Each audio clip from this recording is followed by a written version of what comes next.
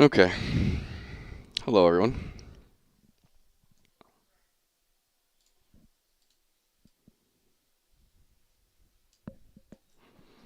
So, I've kind of been getting a little bit of hype from the game jam. Good feedback on SpinLock. And so, I did a little code jam, or code sketch, not jam, this morning. Um, and so, an obvious thing that was missing from the Quake-like is some sort of move speed thing. So I made this like fun little. In Quake, you had bunny hops that would give you move speed. So if you jumped at the right time, you keep momentum. And it was great and all, but it was very, very, very like pro-oriented technical to get going. And so I wanted to try and make a better, incorporate it into the game, but at the same time, a more casualized experience. So you don't have to like before you had to do like a weird like forward strafe movement thing to get it going, and now you just start hopping. Um, and I might even make it even easier, like a toggle or something. Like I can hold shift and just start doing it. Um,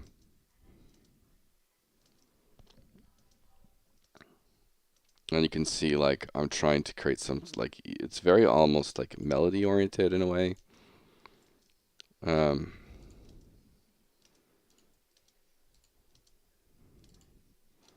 but having a lot of like so-called coyote time, taking it from platformers.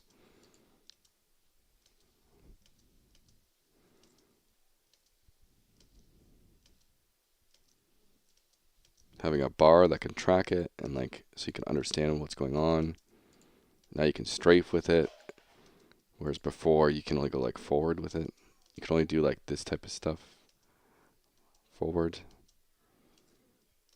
And then you can even like rocket jump with it. So I can go, if I jump, if I get good at get it going, I can jump shoot and keep the speed. Jump shoot, jump shoot.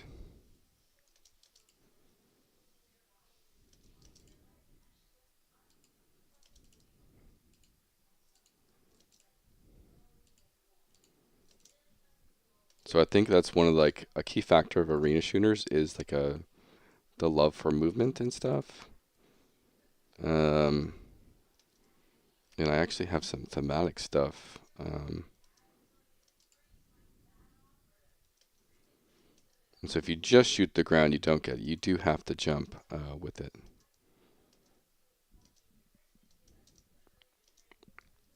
See, like I missed it there. And that thing would be only for, like, you can try to create that peripheral vision type approach that, like, oh, I can tell just by aiming at the target, I can still see my feet. I could even do, like, some sort of UI thing.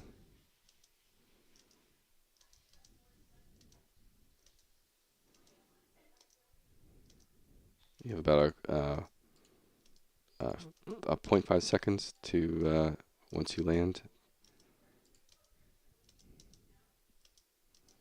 So I missed it there. Just playing with stuff. The first thing I'm going to do with this project is really get the gun feel down and the enemies. I think it's really important to get those right. And exploring some enemy designs. I'm kind of in this idea of evil clockwork. And I have some really, I think it's going to create for some really um, awesome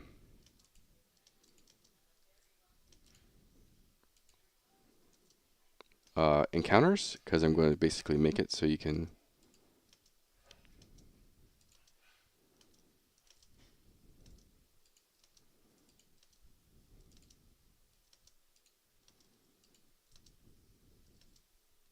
like you can land and like you don't have to be so perfect on the jumps.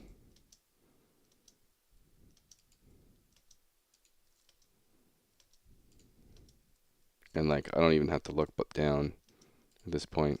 And like, I've only started this today, so.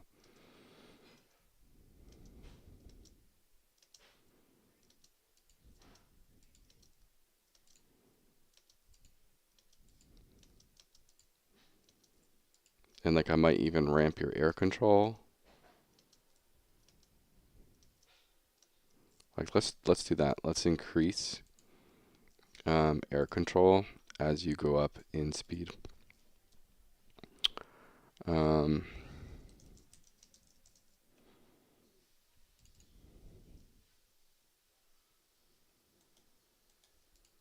Okay, so when we do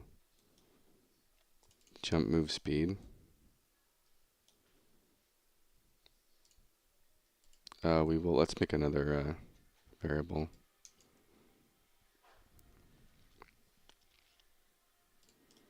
We'll duplicate that.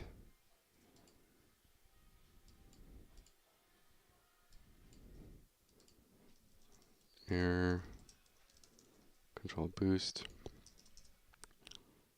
Yes. This also has to be replicated. Yep. And we're going to get, whenever we increase this, so what is air control base?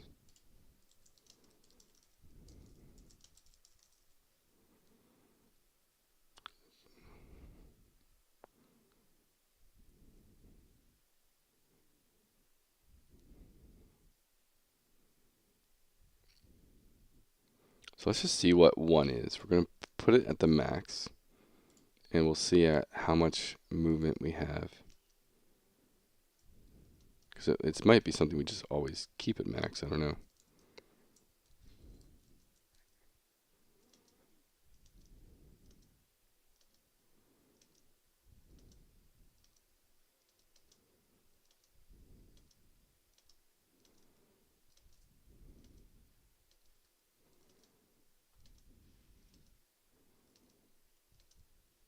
Yeah, it honestly feels almost better, I think.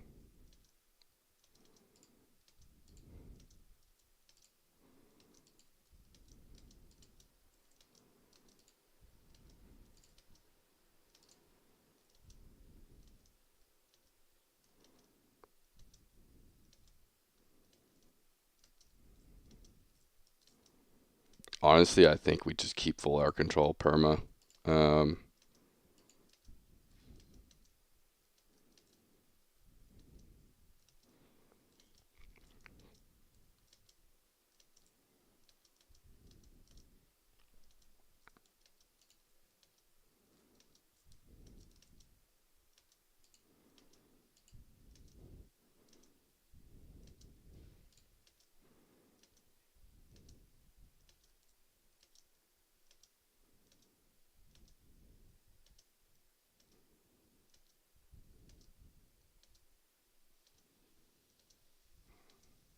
It actually feels pretty fucking good.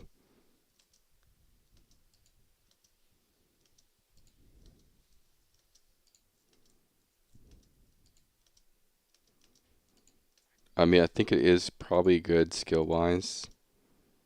Like, it could be a good feeling of, like, when you're doing it right, that it scales. So you start at .35.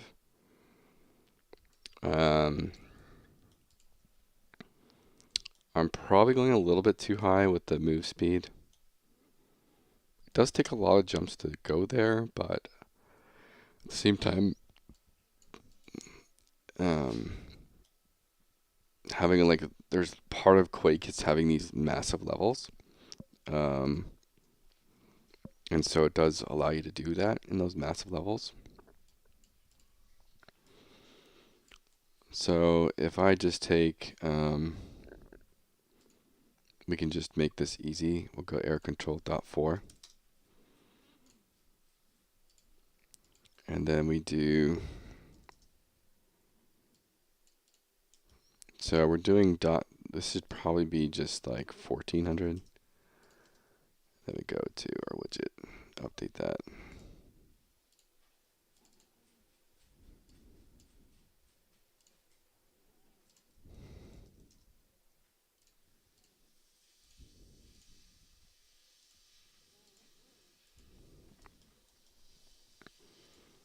And now we do, it would be what, 1400, 1400 divided by 200 is 7.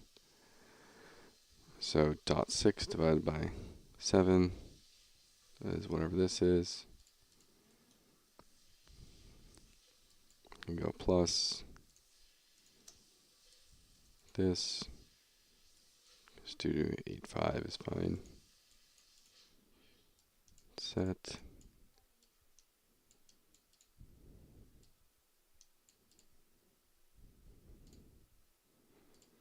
And then we get this and then notify.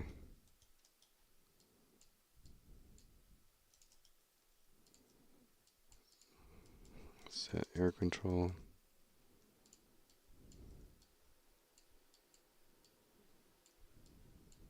That. Go back. And then we reset this to 0 in this situation. So we start off a little bit limited, but the more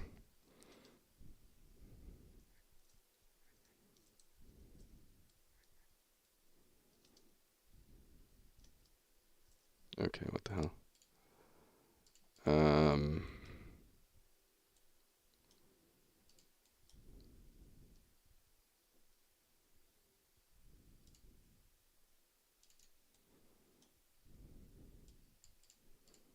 Maybe I do need to do this.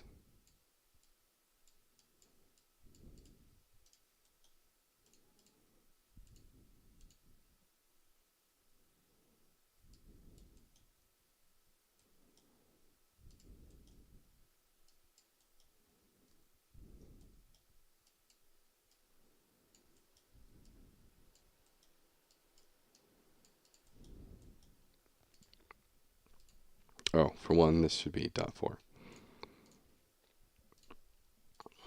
That could be it.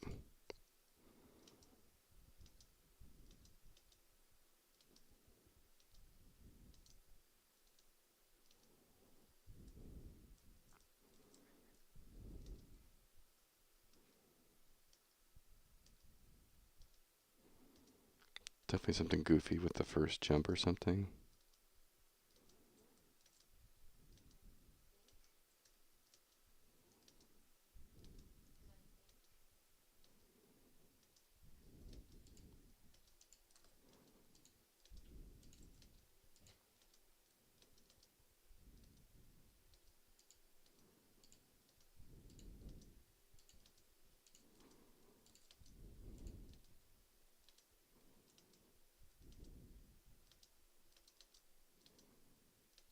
No.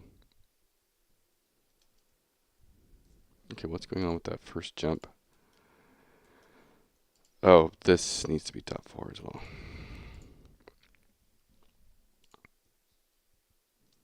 Yeah, now it's fixed. Okay, maybe not.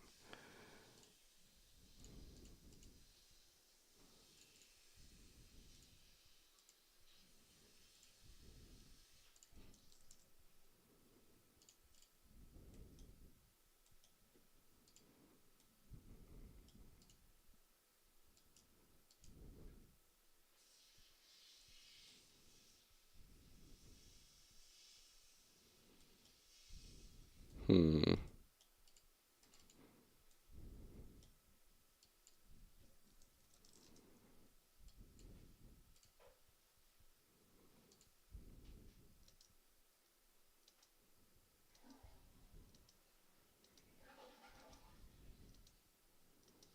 Why is it doing that?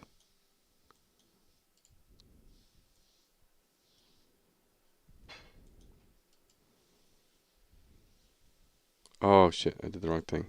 This is supposed to be 0. And this is supposed to be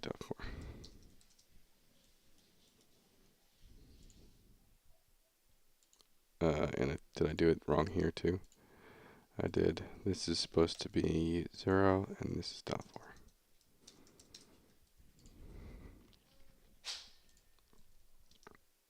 There we go.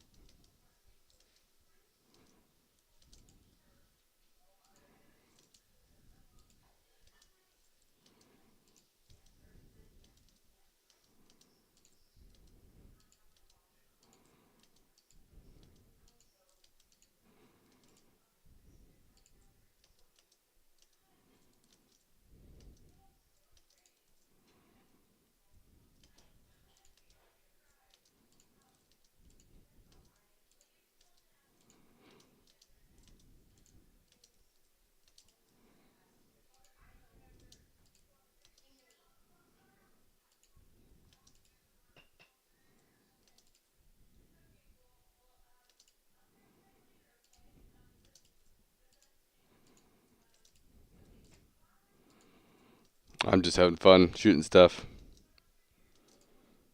at this point. But that's how a shooter like this should be.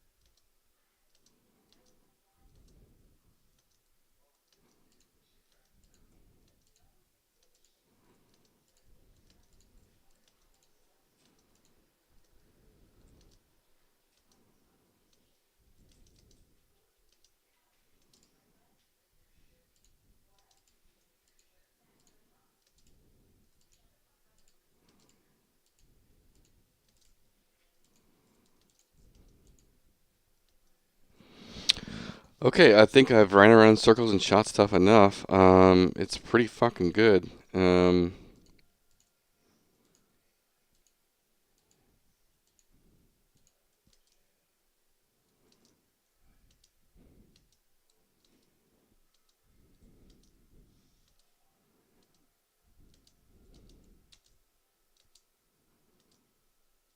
I could have the game even include equipment or something.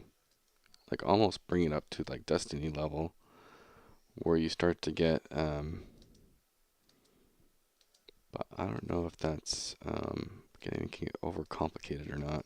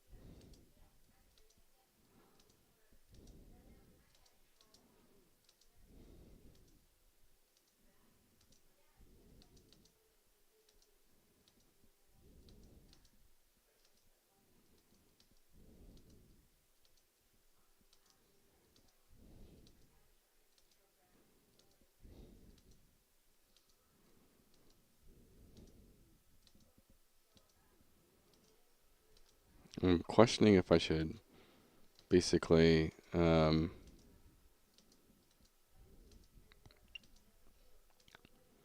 also increase, like, do I lower gravity when you jump? Do I give you better height when you're like up, ramped up? Uh, those things. I think the bunny speed's the mechanic right now is perfectly fine. Um,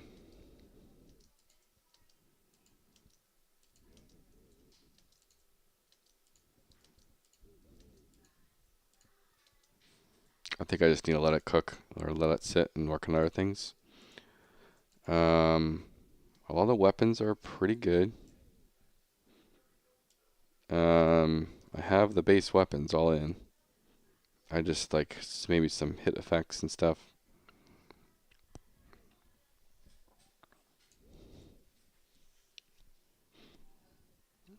Little hit feedback things.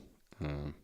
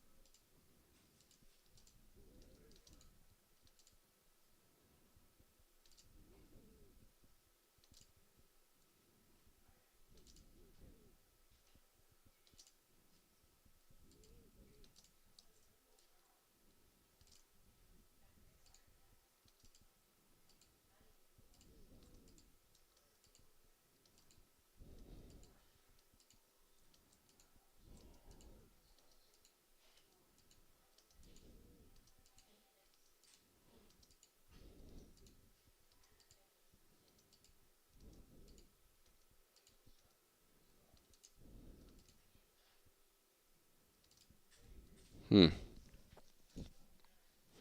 going to the bathroom. Beer me.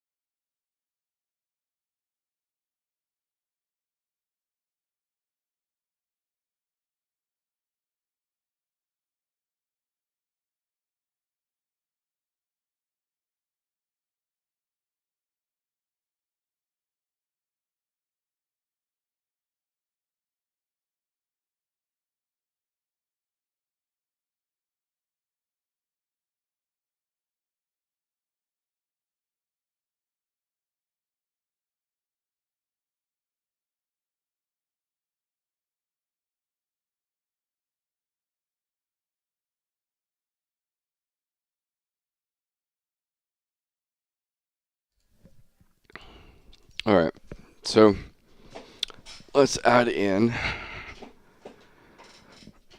a little bit of juice. I think that's the main place. Oh, someone's playing. Shit.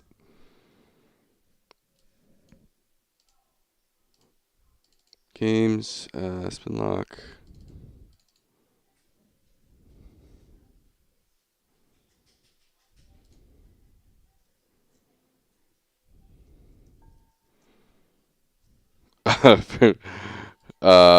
Yeah. First, I almost banned you all right there because I thought you were a bot. Let me help this guy try and beat this real quick. Um,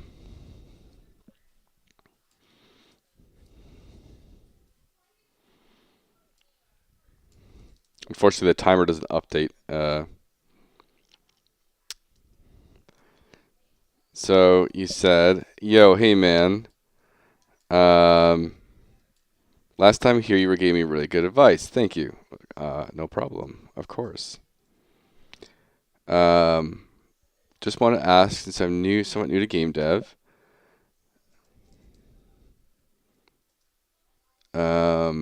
I know Python, JavaScript, and other web languages frameworks, but to be honest, AI really made me bad at writing code. Do you think um, co-op core game that is map-based like Phasmophobia can be fully done in blueprints? It absolutely can. Um, seeing Expedition 33 being 95% blueprints really gave me hope. Yeah. So this game right here, SpinLock. I don't know if you've seen me talk about it at all, but um, it uses full blueprint multiplayer, and it's basically match based sessions, right? So um, it's instanced, and I'm going to just try and collect a whole bunch of things for this guy. Um, Stark is the blueprint master. Thank you, Velzy. Yes, I'm not trying to be boastful here, but I can honestly say I'm probably one of the top blueprint programmers in the world. Uh, and that's purely because I've created a full game architecture with blueprints. I have an MMO that I've done with blueprints. I have lots of online. I've been building online stuff with blueprints since like 2016. And the other fact is, like, there's not a lot of people. There's the sample size of that's not very big either. There's not a lot of people doing blueprint multiplayer, so there is that aspect of it too. Uh, so it's one of those things. Uh, uh, but yeah, so you would go up to a mountain to meet him and understand blueprints Kung Fu Panda style. But Phasmophobia is literally just like this. Like this is a single session. You count the players, obviously, and like you can use completely um, out of the box for anything that's under like 100 players. Out of the box, Unreal Engine netcode is more than you ever need. You don't need anything more than that. You really don't. Um,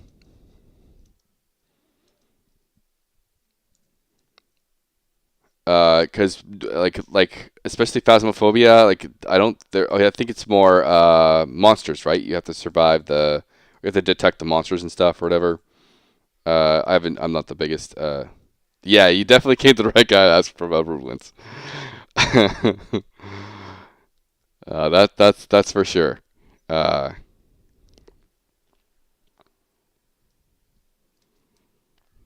I'm just trying to be the code gatherer right now. I keep my PlayFab. So I use PlayFab for servers, right? And so PlayFab is Microsoft's like AWS or like easy mode AWS, right? So they have Azure servers, or Azure is what it's called.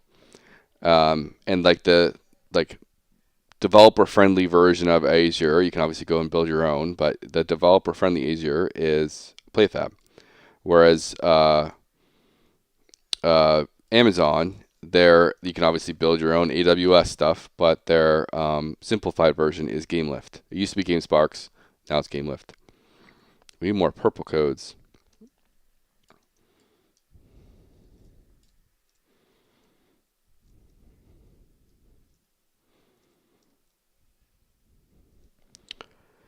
And so, yeah, well, I mean, so there is a ton of, I mean, it's just like any coding thing. There's tons of elitism in everything, right? So, um, you get that no matter like what type of thing you're developing in. Like, there's tons of hate between Unreal and Unity and um, all that stuff. Like, there's going to be people just saying like, what? Like someone said like, why would you use Unreal for a game jam? You know, like there's always going to be code elitism. Um, and my number one thing I try and tell people, like, think of blueprints as a code paradigm. So I'm sure you're similar, aware of coding paradigms, right?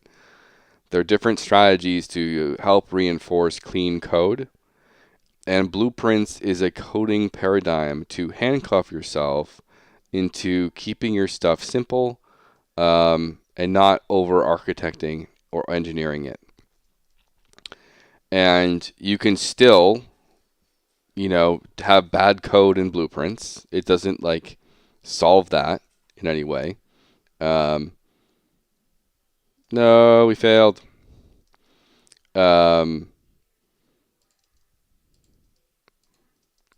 um, and so like you still need to try and like think of solid principles, and within blueprints there is coding solid principles. Um, I probably should do a video. I have so many video ideas. There's just not enough time in the day sometimes. And my big thing for like creating more like content is just like YouTube content just doesn't pay out in um, for like game dev stuff. It's really hard to make money off content.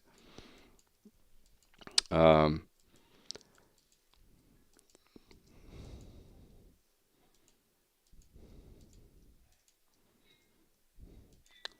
um, I should have linked this out if anyone wants to join in. Let me do that real quick. Um, if anyone is interested in playing with us, this is my game jam, and you can join. Just download and join in.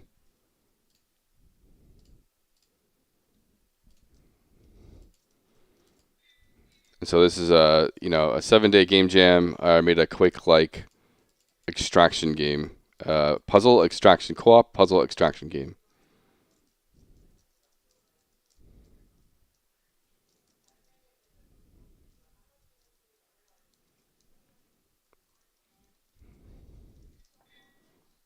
Okay, so that's purple.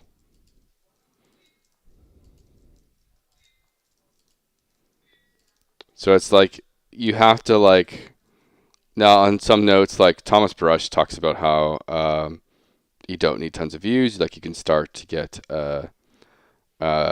potential sponsorships and stuff if you have like just the smallest of following, um, and that can be big.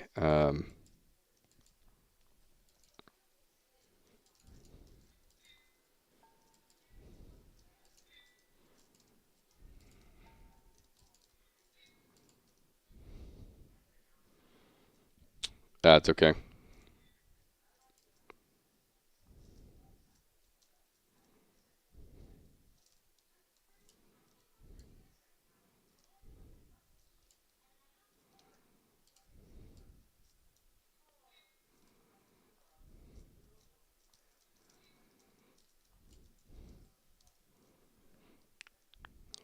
All right, cool.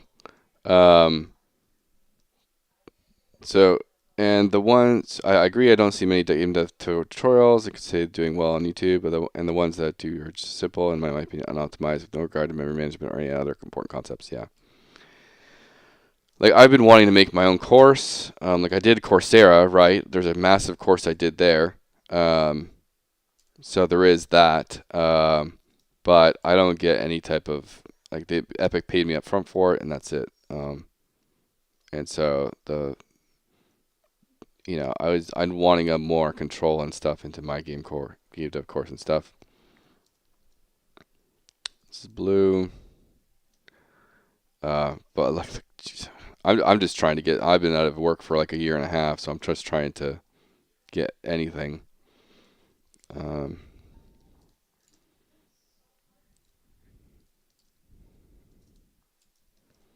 Wait, I think I've taken a course. I took UE's course. Yeah, I made courses 5 through 8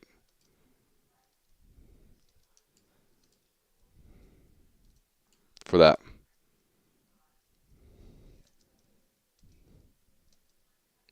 Or module, it's 5 through 8 or whatever it is. The last four.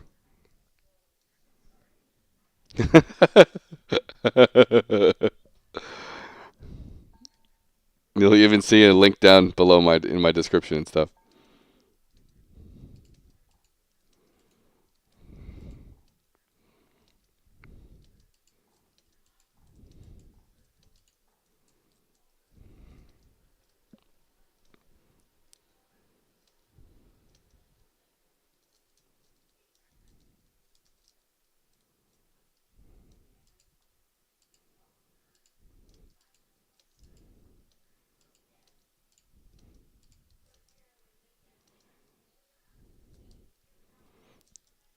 That's how I came to Ryan. No, Ryan, yeah, Ryan Lately, yeah. He's a good guy.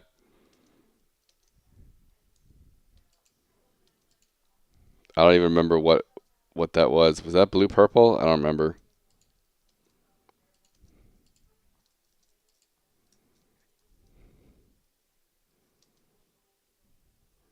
I think it's blue first. Um,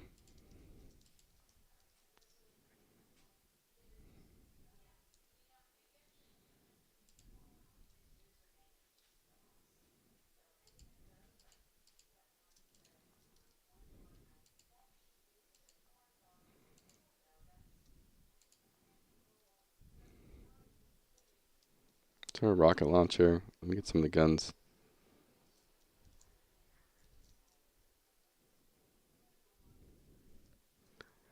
Yeah, so like Epic paid us up front for that.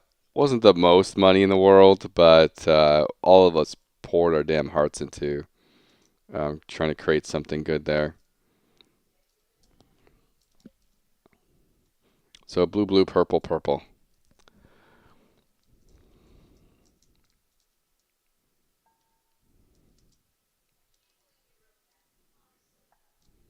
All right, blue.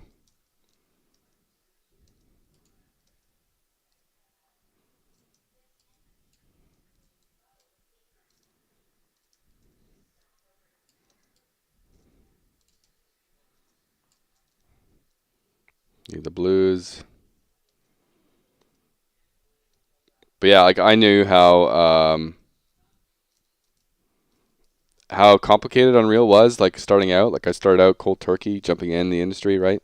And so I went through YouTube, the so-called YouTube University, tons of broken tutorials, just like you've experienced. Like a lot of them aren't don't work and stuff. I remember your advice. Oh my God, you did blend spaces, I think, and also one of your courses was like 50-50 being you. And, yeah, so that's my wife.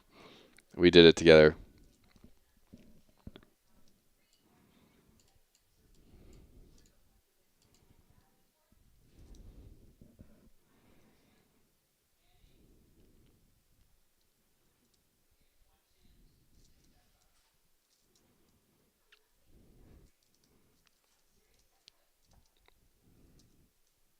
First one is blue.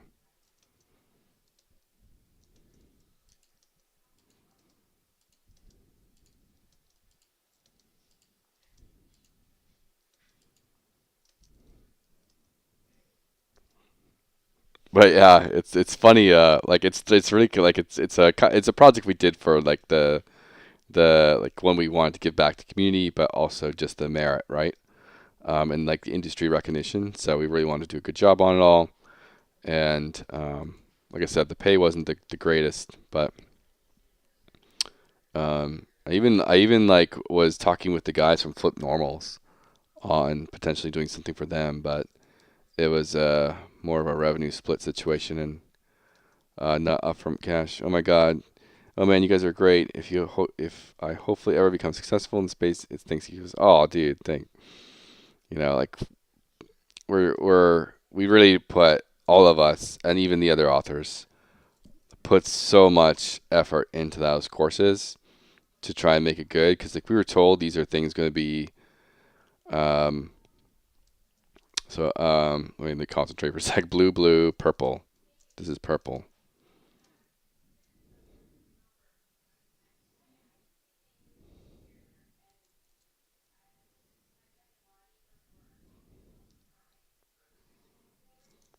And we all grinded our asses off for that course to get stuff done in time. But yeah, I hope the best for you. We really tried to make it feel really, really good, solid, and like consistent. Like a lot of tutorials don't have like good lineup after each video. So,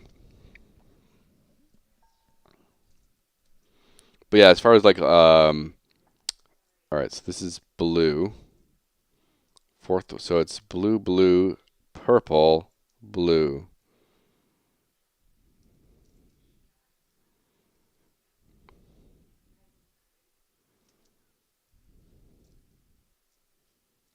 And then this one might be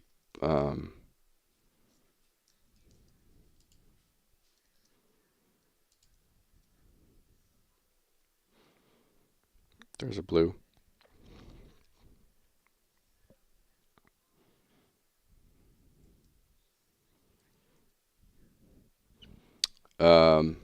Yeah, so like we just, we want to give back. And just have people create some cool stuff. Like even our tech vertical third is only $20 to start. I've been thinking about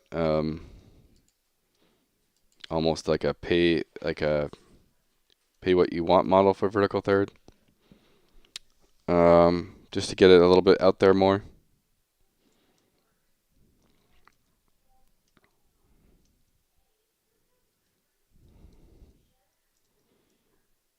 Or like maybe it's free to start and then only free to start, and then if your game member makes over $100,000 or something, that you can put your thing to like $1,000 or something.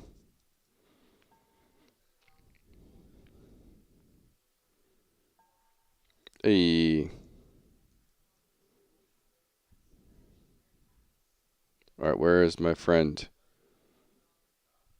Where is he? All right, remember this. Bar dot try top to bottom.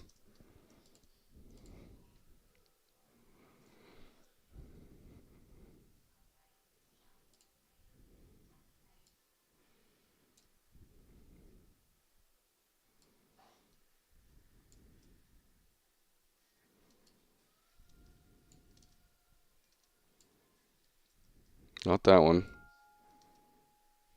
Bar. No, nope, that's not it either. Bar dot. Oh, that's it. Bar dot try. That's it.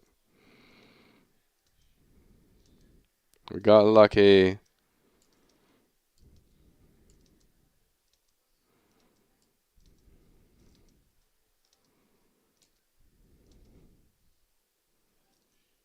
Yay.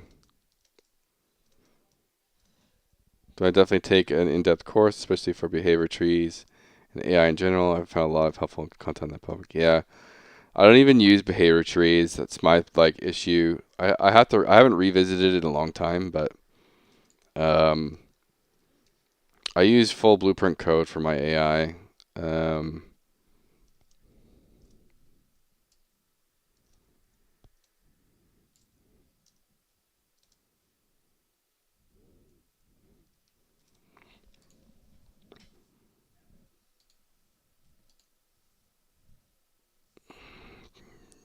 Sweet though. I was able to.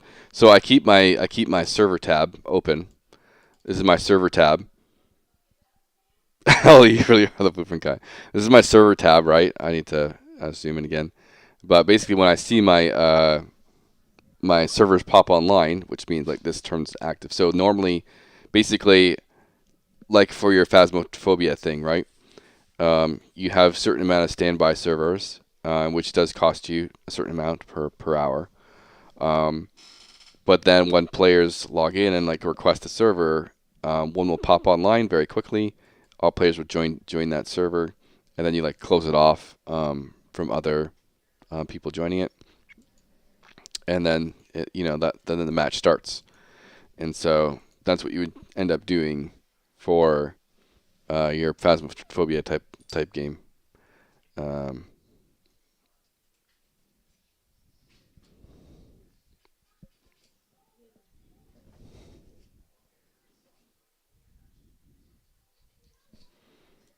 and then as like the game gets completed, or like right there the extraction completed. So like normally in this game, like they would get sent back to the lobby. Um, that server would close down, and you get sent back to a lobby server, that type of thing. Or you get kicked back to a character select screen or whatever it is. Um, all that stuff.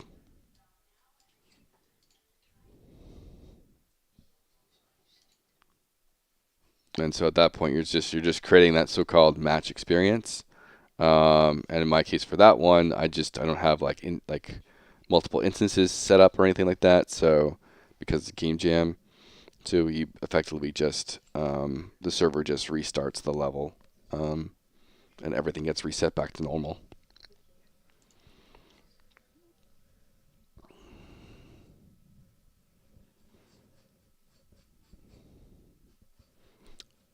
But yeah, it's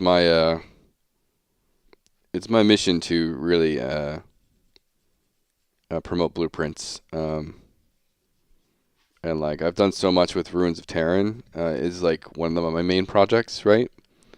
That's my indie MMO, and um, if you watch that video, kind of gives you the idea um, of what to expect in a way of um, what you might want for your game. It's not like exactly, but that's that one. Um, and then my other piece of content is the big giant game architecture video.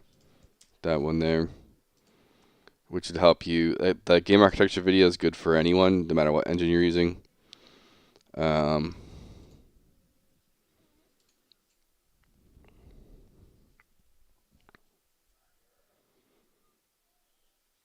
and it's like trying to help you organize projects and stuff. How you organize your code and things. Um, and this project here, right? Like this project here, SpinLock. The fact that I made it in 7 days as online multiplayer with basically Quake mechanics shows how quick you can do, um, how quick blueprints are. Um, so yeah, it's kind of crazy how good blueprints are. 2 months minimum, yeah. So it's like it's kind of crazy. Uh, this is the current. That was the Game Jam version I just played. I This morning I played with some like so in Quake there's something called bunny hops. I'm not sure if you're familiar with Quake. Uh, and so I didn't get bunny hop systems in Unreal or in the Game Jam. Unfortunately, it would have been so good if I did, but I didn't think to add it in time. And so now this morning I did some. I want to casualize the bunny hops. Like normally it's kind of a super advanced like you have to really know it to do it. And so this is like my version of simplifying it. Dude, I'm a CS player. I know all about bunny hops. Yeah, there you go.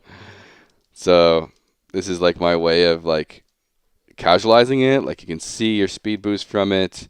There's like this UX element to it at the bottom. Like if it's green, you jump type thing. And you have coyote time on it, so you have like 0.5 seconds to hit it. And so like just by peripheral vision, like UX experience is kind of like there. You don't have to like think about it too much. It's pretty obvious when you miss it. But you can be like, oh, I hit the ground, jump. I hit the ground, jump. I hit the ground, jump. You know, like, and it's like easier to maintain. This is basically a shambler, you know, from Quake.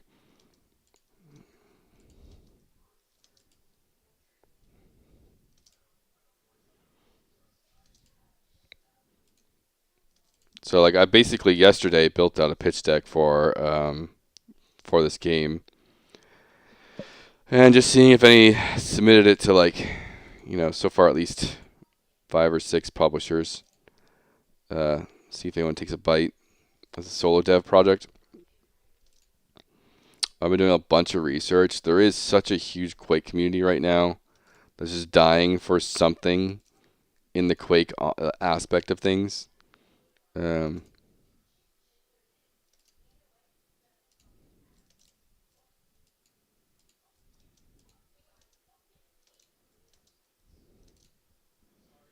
and so I think there's like a good market opportunity there.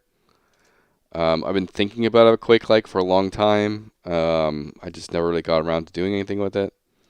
And so this game jam, I'm like, hey, you know what? Let's throw some stuff together. You know. So part of this game jam was my personal goal with game jam was do the art. All of my past game jams have been using marketplace assets. I just stick to code. Um, but I wanted to kind of push myself to learn the Unreal Engine in-house tools. I already knew the 3D modeling tools pretty well, but because I actually did a course on that too during my time at the Epic or whatever. I did the UFN Boba Shop course. So I knew the 3D modeling tools. That part wasn't hard. But I wanted to learn the rigging tools and the animation tools, and more importantly, like learn the tools, but also understand the workflow. And it was so good. Not only was it like really good, but for a Quake-like, it is so freaking good. Oh my god! For a retro aesthetic game, like the 3D modeling tools become really good. The rigging and animation tools become even better.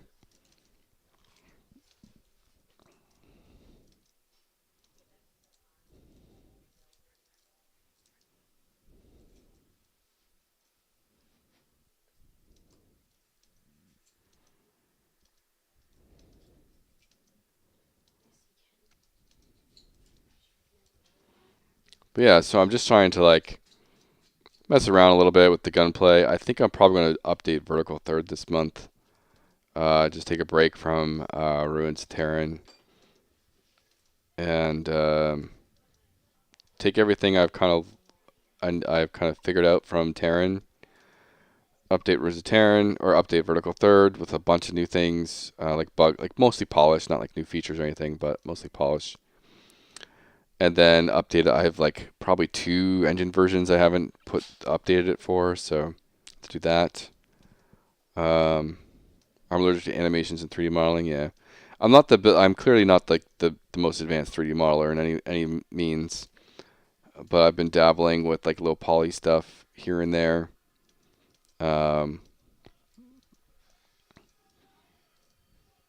and like I know some basics and stuff. And animation, I have a decent eye for because I did go to school for animation, so I know a lot of the principles. But I haven't like done any major animations in 2 decades, pretty much.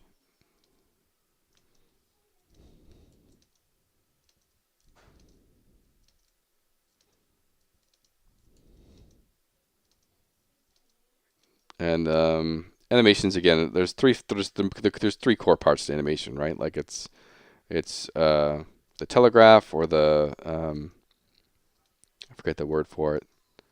The anticipation, the action, and the follow through. That's the general idea with animations. And so the wind up, the action itself, and then the follow through, and making those kind of feel proper. And then there's certain things in games kind of break those rules. Like you don't want any type of you typically don't want any type of wind up or anticipation for a jump. You just jump right. You just immediately are into the action, and then there's the follow through.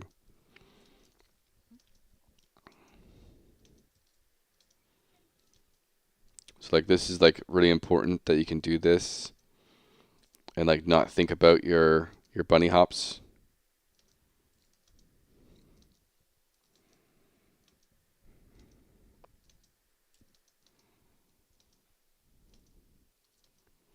But I have some really good ideas for the art too. Like I want to make like the enemies are going to be like evil clockwork. Um, and I have some cool ideas for that. It's sort of like if you think a little bit of Arc Raiders, but weird clockwork monsters. That's what I'm going to go for. And what I really want to be kind of cool, because like Quake is kind of stale with monsters and enemies. It's pretty predictable. They only have like 13 enemies, and so on top of the aspects of the enemies, I want to be able to have like a clockwork. If it was a clockwork like humanoid per se, you could shoot the arm and break off an arm type thing, and then it would change how it would fight. Yeah, exactly. It's gonna be really, really kind of creepy in a way. So I'm not really a horror person, but I could do like creepy clockwork stuff that's not gore oriented and things. And like not only does your with the how I have it set up right now, I just added this at the in the stream. But not only do you get more speed with your bunny hops, you get air you get basically perfect air control. So your air control goes up even more. So you can do a lot of this so-called like weird movement twists on things.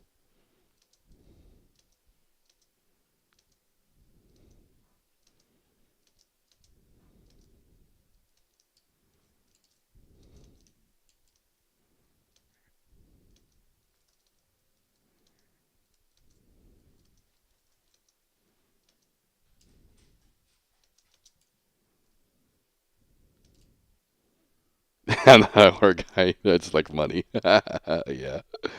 Well, one thing I think that has really been a problem with the recent, like any type of Quake rendition, is they're too focused on the multiplayer, and it is absolutely like co-op single player stuff. Like that's the focus. Sure, have a multiplayer thing, right? Um, but the key is like co-op multiplayer. Like arena shooters are just they're really good for PvE stuff and campaigns and things. And they even like the like I just realized and like this is what I didn't even know about this during the jam, but on the 22nd of June, it was Quake's 30th anniversary. It just so happened that I was making a Quake-like during that time. So John Romero did a stream on the 22nd there for the 30th of a Quake anniversary. I've been blown away by some of the custom level design stuff they do in Quake. Um, the stuff they make there is incredible, and so like it'd be really cool to have. And like there's even like there's a program called Trench Broom, and part of the initiative. I don't know if it'd be me doing it or what, but if I could get it so there's a conversion tool for Trench Bloom to Unreal Engine, there could be a huge thing where all that the entire Quake community could convert their levels to this game.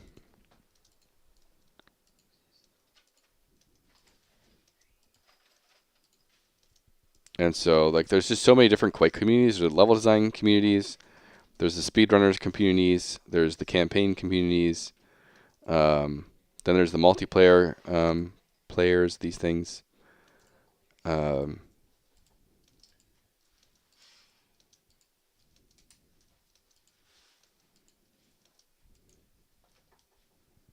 Then there's just like the rocket jump, trick jump stuff. I would likely make a team fortress of some sort for a multiplayer thing, because that's what I loved. The Quake 1 Team Fortress. Like I want it to be like a playground of game modes.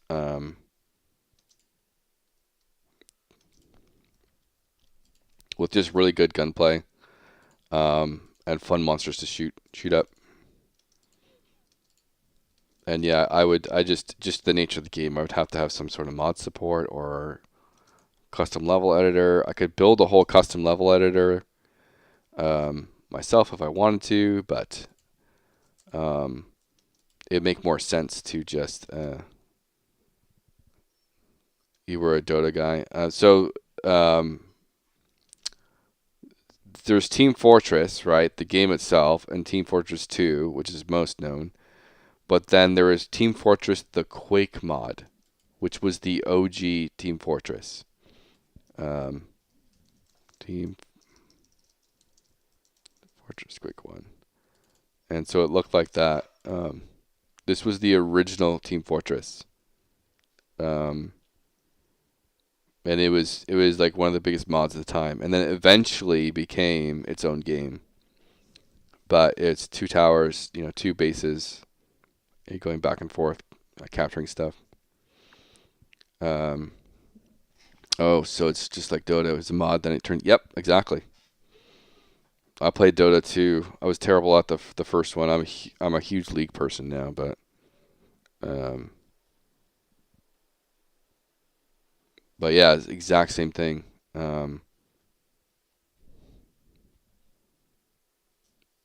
Hey, don't set you to League. Come on. I mean, it's warranted, but all MOBAs are kind of you, but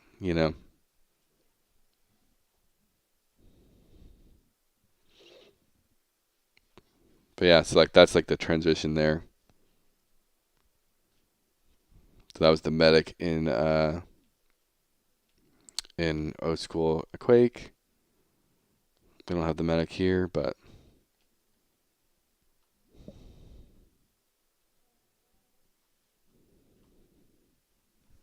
yeah, a lot of fun times.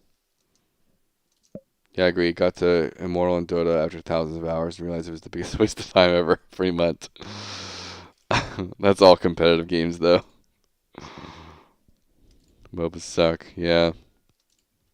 The imbalance in League is just, I'm sure you've experienced it too in Dota. The imbalance in those games is just like, what the fuck? It doesn't make any sense. Like, there's just so many tanks with like one-shot abilities, and it's like, why? Why does this tank have a true damage execute? Like, please, that does like half your health as like a 80 carry, as the 80 carry or mage or something. Just like, what?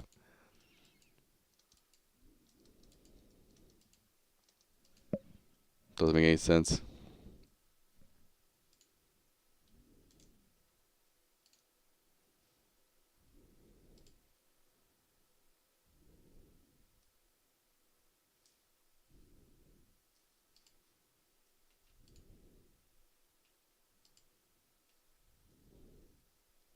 Hey, this guy I played with just made a comment.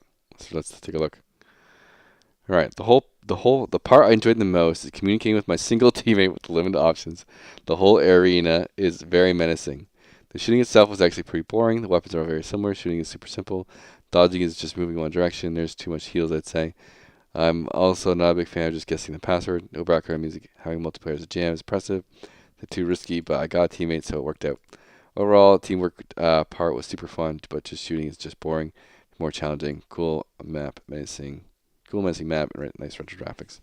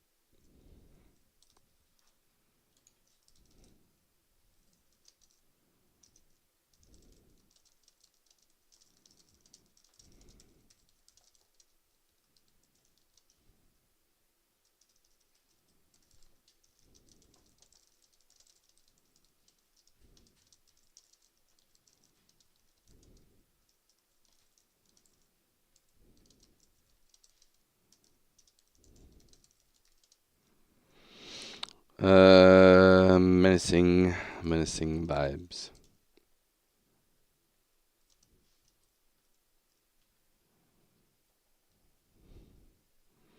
Okay, thanks for playing. That was me. I really had the map quite hard. We used more damage, and Emote was scarce. Much more limiting, but yeah. I might have to cut.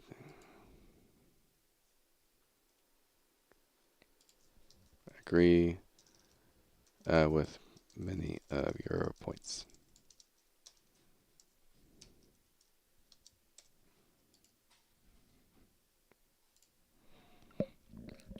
Yeah. Yeah. Thanks you so much. I stream a lot, so like, you'll see me around.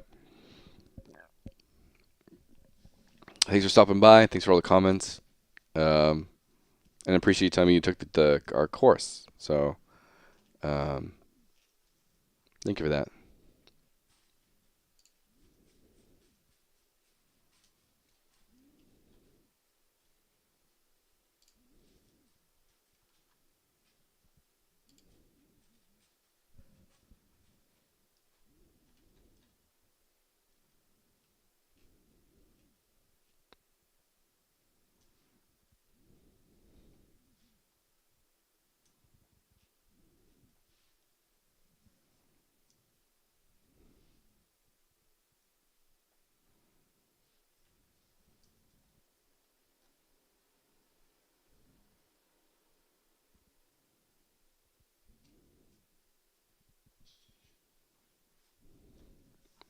Alrighty.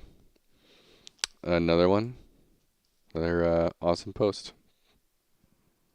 Always fun playing with people.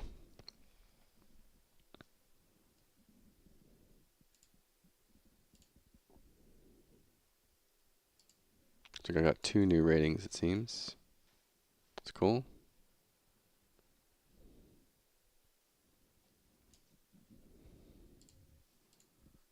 I died. Okay.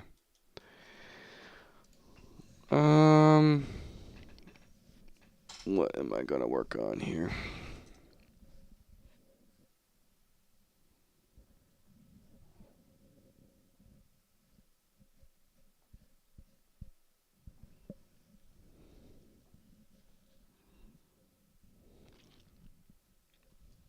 I think I'm just gonna plan some vertical third stuff. Because part of this is I want to get vertical third into this project, but I have a lot of updates from Terran, so I'd like to have those get crossed over.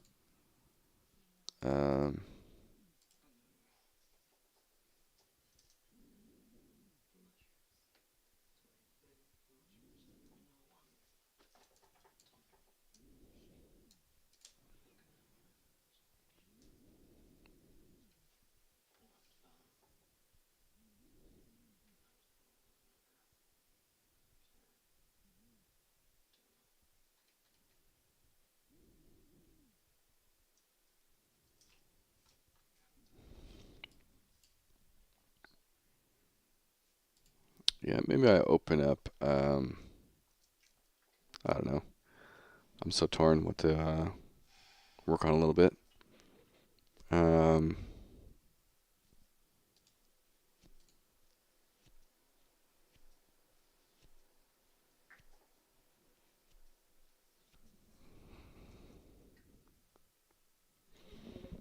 know one thing I can quickly do is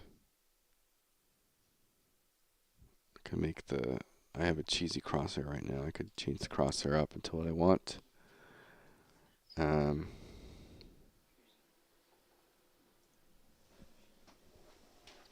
Oh, my legs.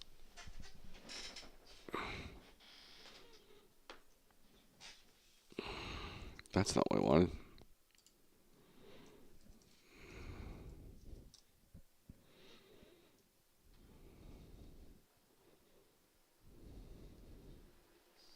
Oh, technically, I can use Wally here. It's literally going to be like 8 by 8, I think. It's going to be T underscore Crosshair.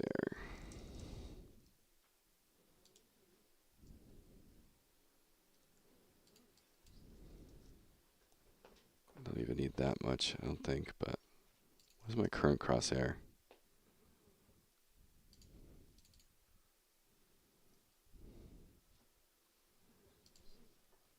This is a whole 10 size. That's fine.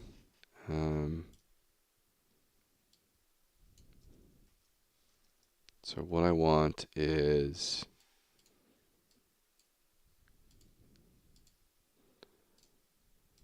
now for the jam, I did the Quake palette. I definitely open this up to more colors. Oh, technically I need transparency. I don't know if I can do transparency in this.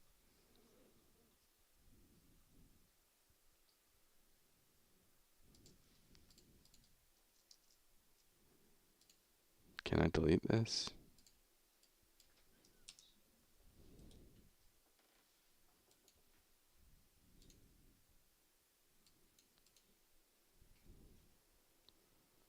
Let's see if you can do, I don't think you can, right? Wally transparent.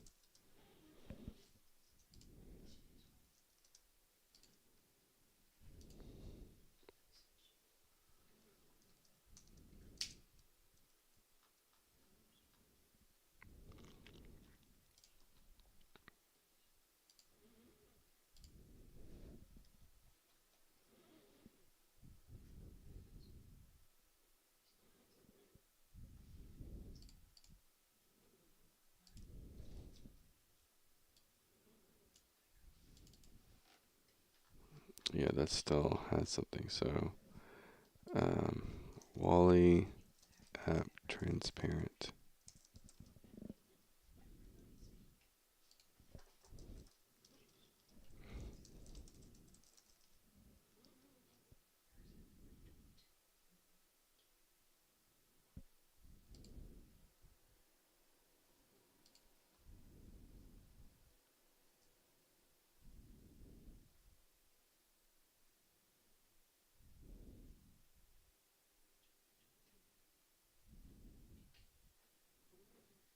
Okay.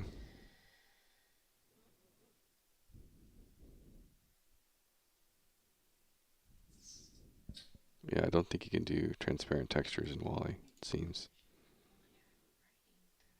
You have to set it to like a certain thing.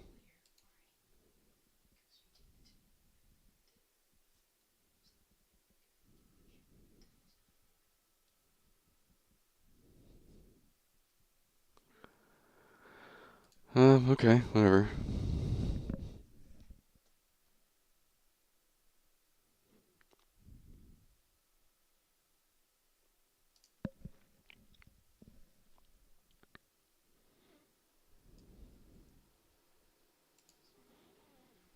So we need to make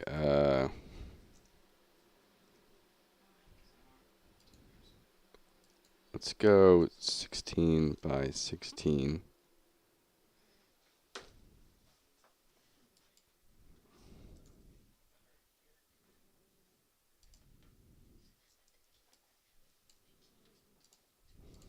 We'll go 2 pixel wide.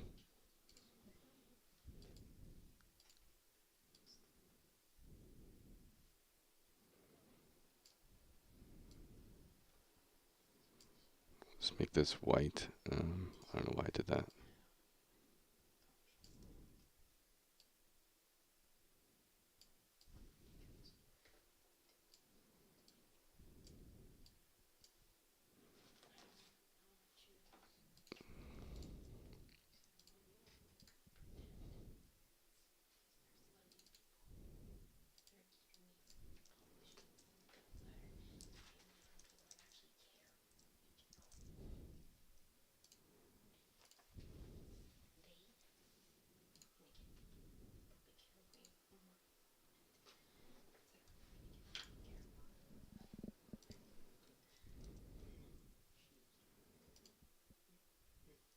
Okay, can make a new folder. Let's do UI.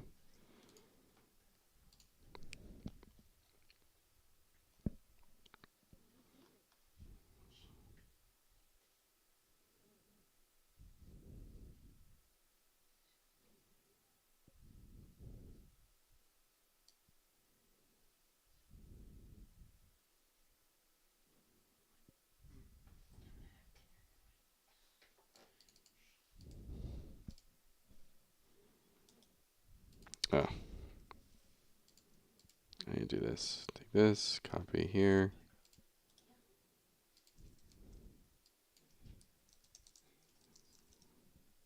Then we re-import with new file. There's a bunch of settings I have on these textures that a little easier to just cross them over. Alright, so now we need to make a crosshair widget. Because there's going to be some animations with this widget crosshair.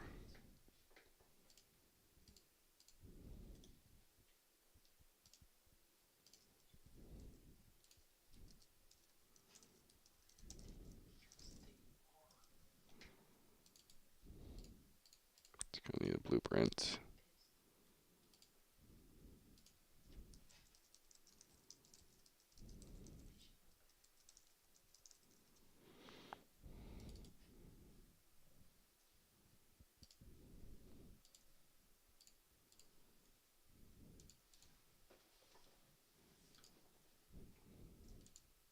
I'll get to that.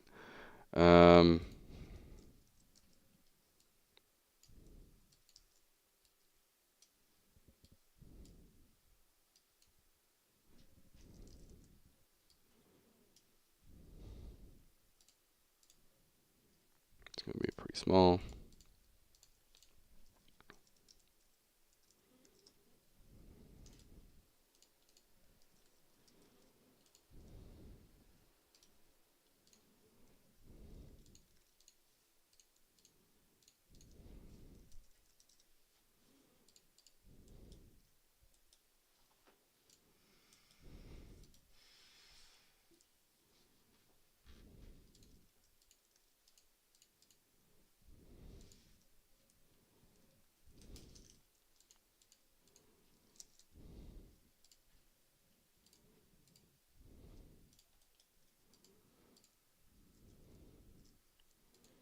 Okay, so maybe we take away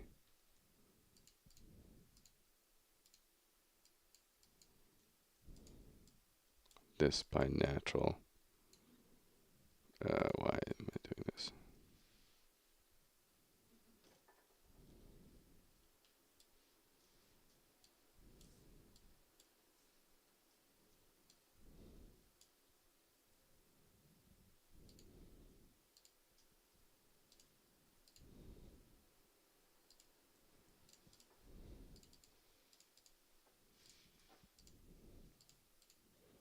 Can I click the right button, please?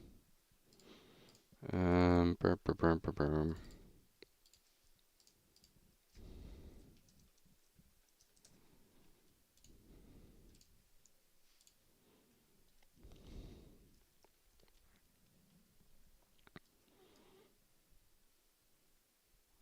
All right, now we do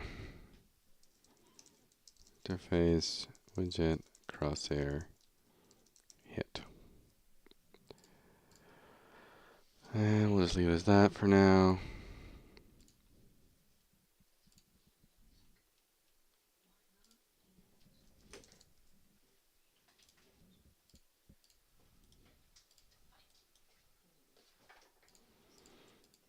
Okay, when the crosshair hits, we're going to do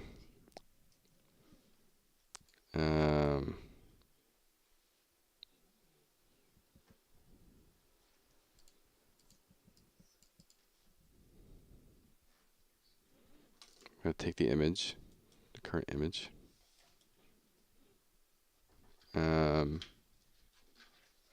Actually, let me just take a look at this. Oh, I didn't even import the new one. I'm going to duplicate. Crosshairs are 2. File. Save all. So let me do this new one real quick. Put it in our crosshair.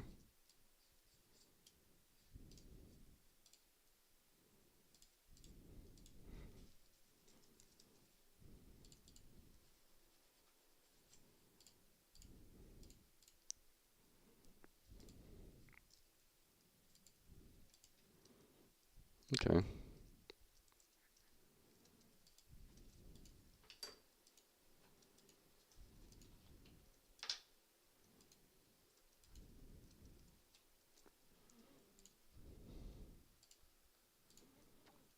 So now with it, if we scale this,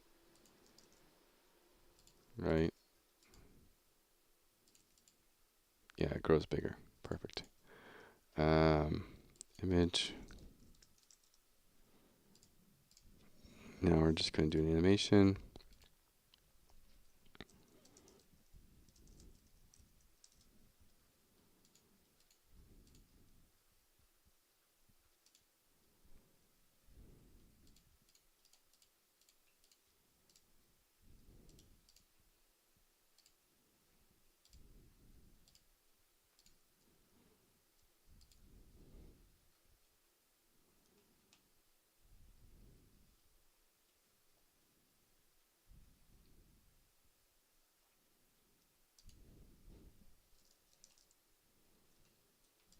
What the heck?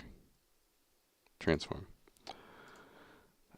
Take the scale, and then we're going to immediately, and we'll start with a double the size. And then 0.5 seconds. Oh, I do need to go.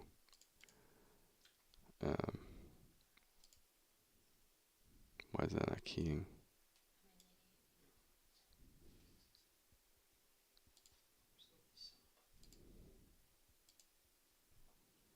Hello? Okay, weird. And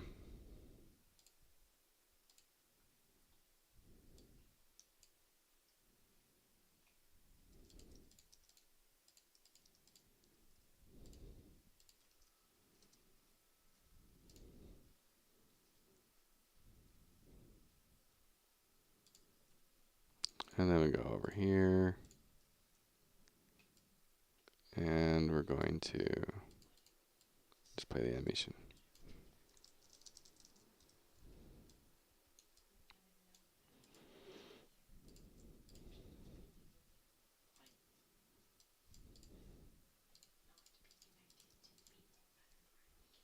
And then this would be on the enemies.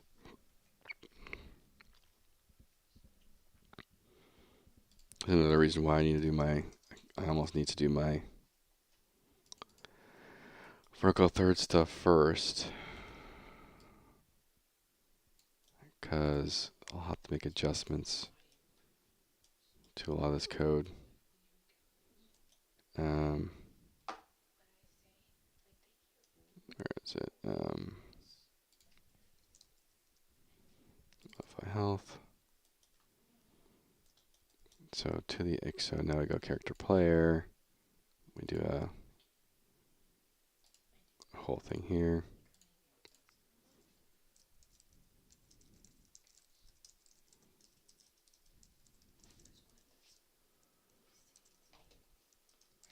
Enemy hit.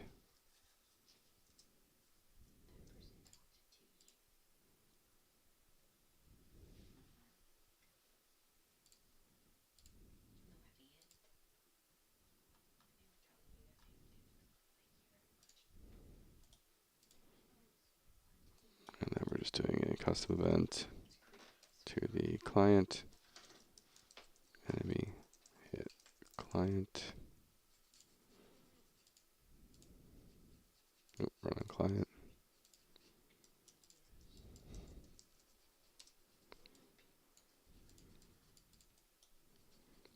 Then now we need some HUD communication.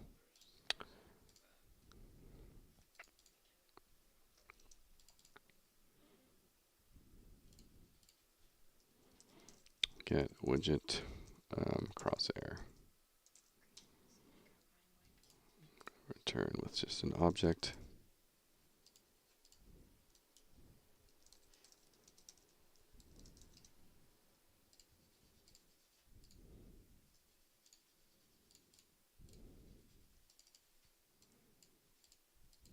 Get crosshair.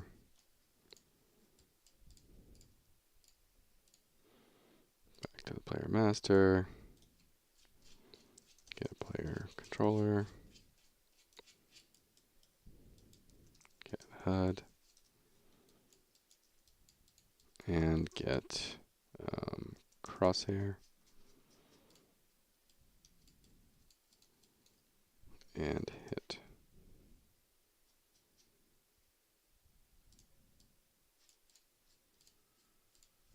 Back on the enemy.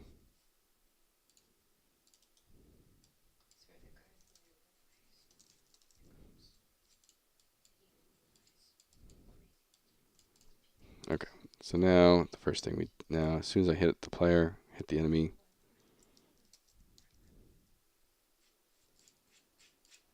So now I have some crosshair kind of hit reaction.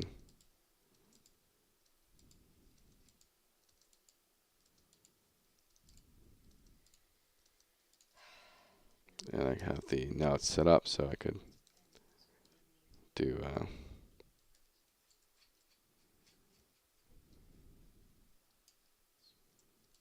I could also play some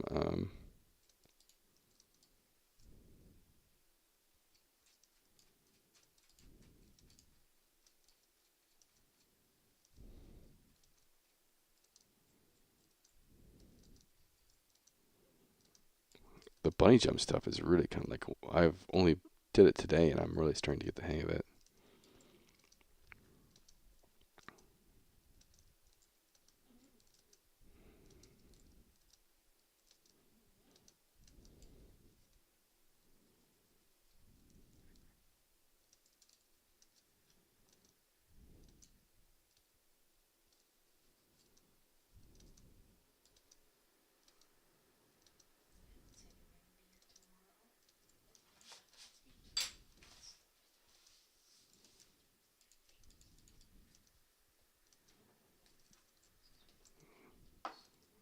And then I can rate them in this as well. So if we go to the character player,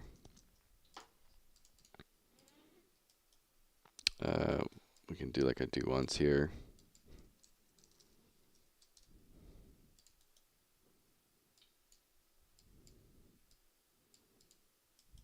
And then timer by event.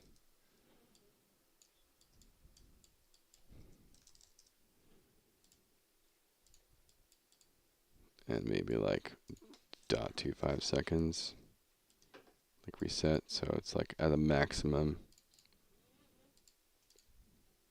of every half second to get to communicate with the client. So if I take this guy,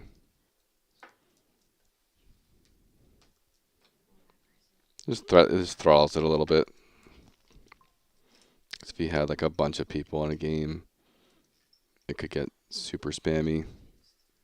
Also gives a bit better of an effect too. Hello Enzo, how you doing?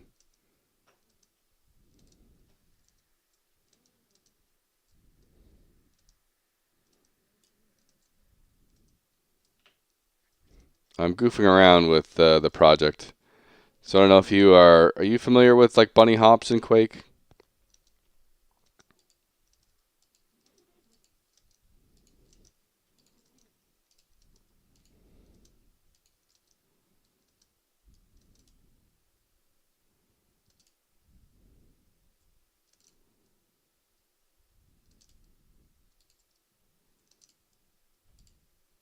I'm like messing around with movements and stuff. Like how do you casualize Quake bunny hops? No, in Quake 1, you might not be you might be too young.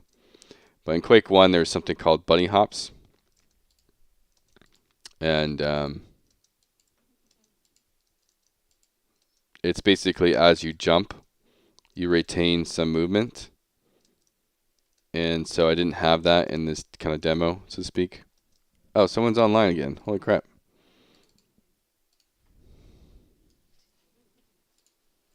I'm going to jump in and play with this person.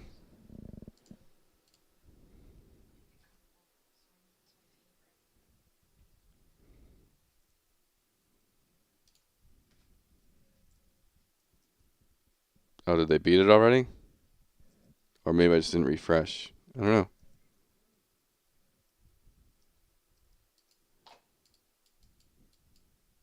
They might have just beaten it, I guess. I missed them. Damn.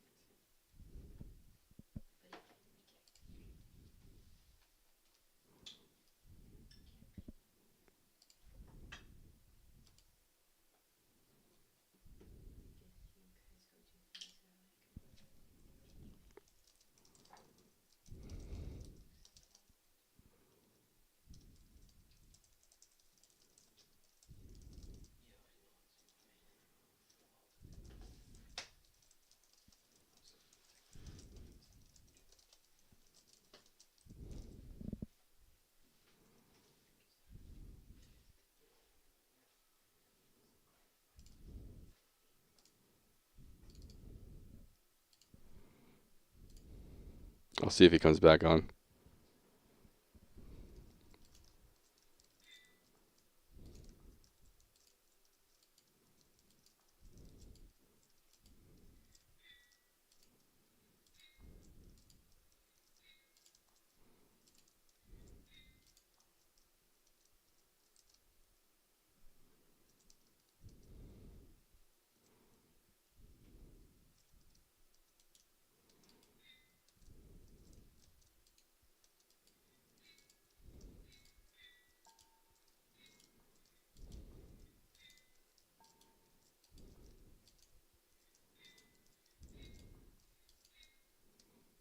Give him a shotgun. No gun works.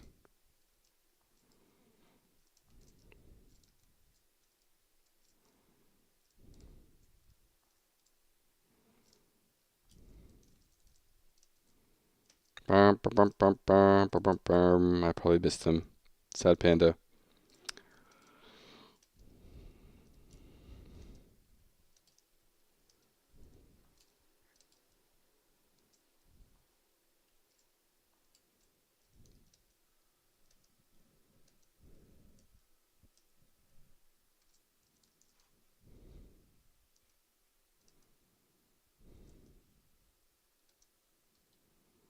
Let's try again.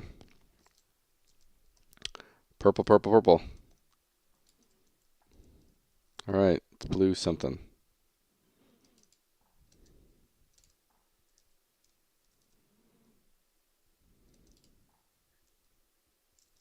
Bum, bum, bum, bum, bum.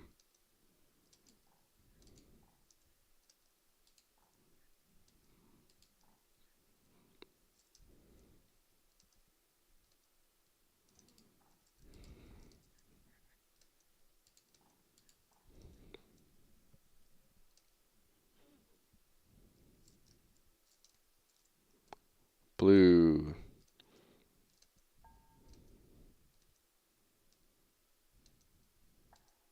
Blue, blue. Let's try again.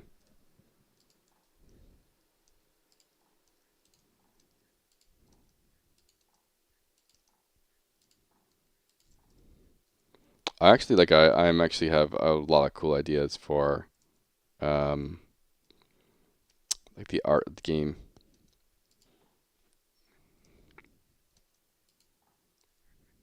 It's gonna be fun. Could be blue, blue, purple. Try that.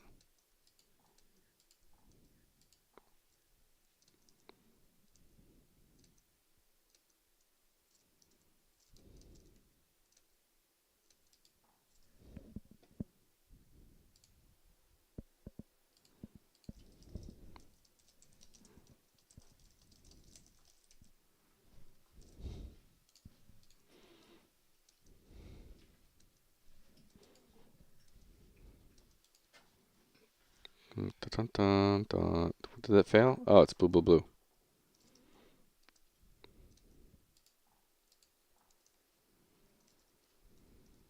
Let's drop this off here.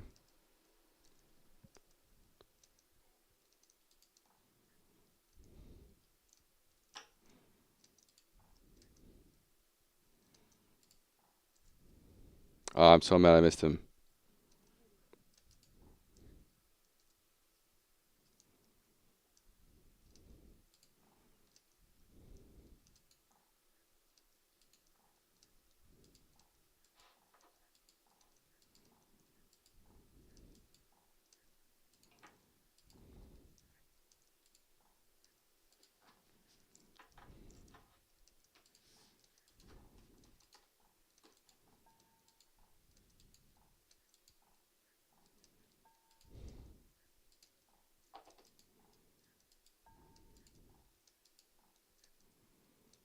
Next stage. Woo.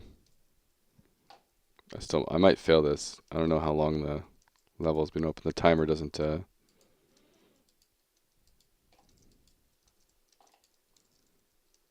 update, unfortunately.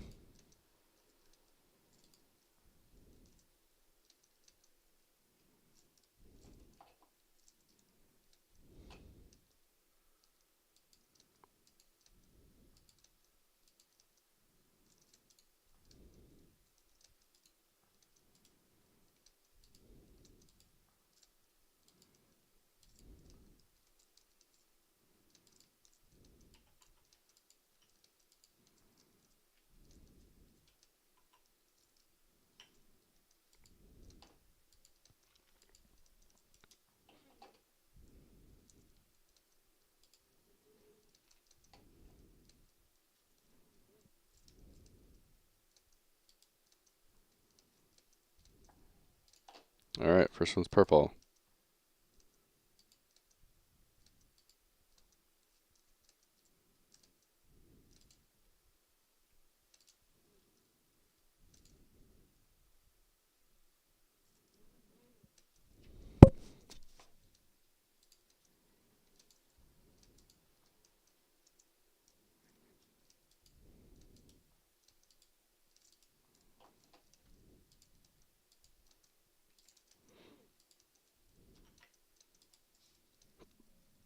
Brr, brr, brr, brr, brr, brr.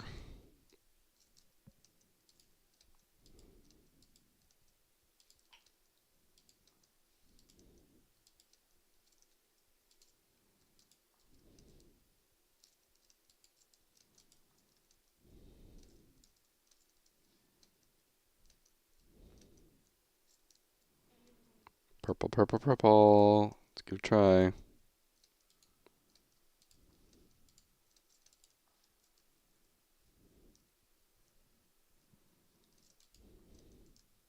Ooh, I need health.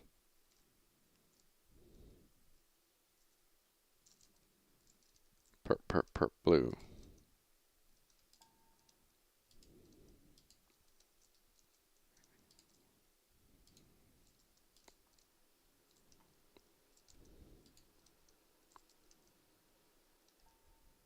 Oh wow, I got it right. Triple perp and blue.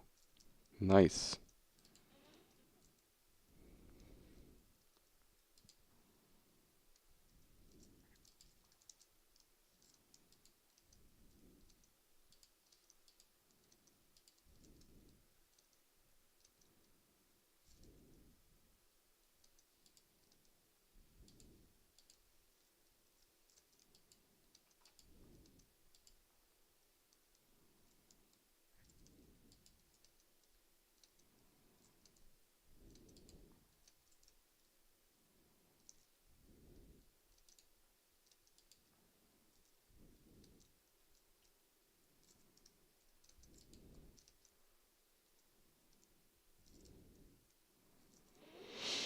Try again.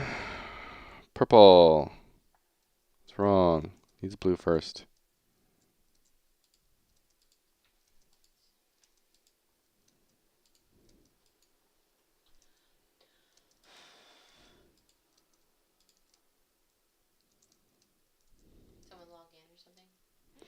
Someone logged in, but I missed them, so they couldn't play with anyone. It's a little harder to do. I caught one person like 20 minutes ago, but then someone else logged in, So I posted. They replied to me, or posted on my thing, and I replied back to them, seeing if they'd join again. But it seems like they're gone.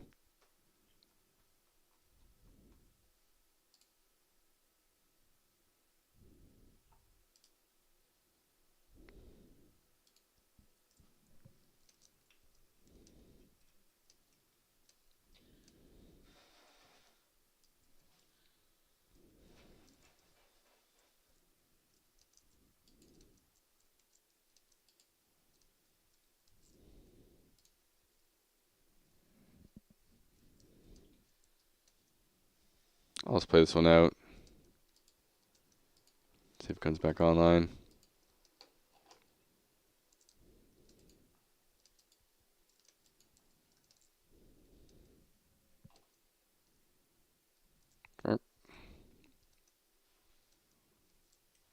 There's a chance this game's about to end anyways.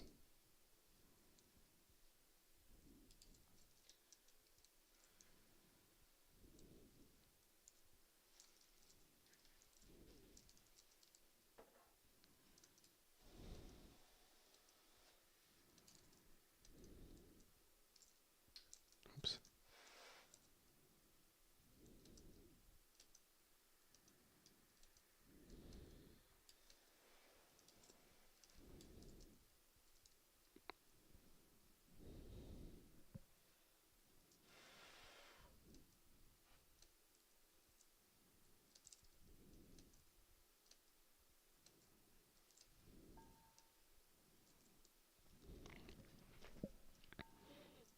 Okay, blue, purple. Blue, purple, purple.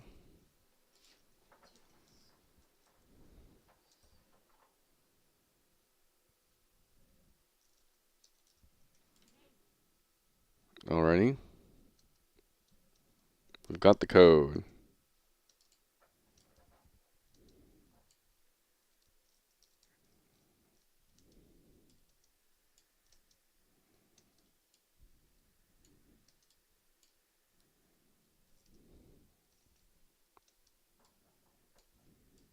I can pull these to me pretty much.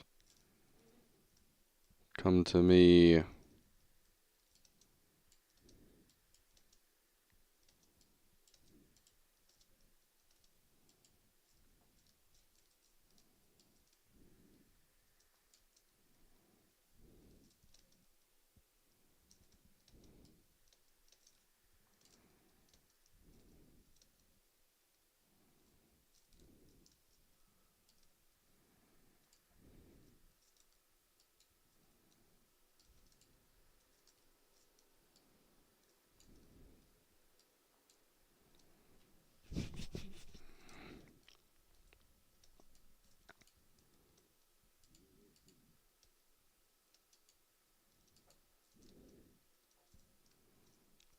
Blue, purple, purple, blue. I need one more purple.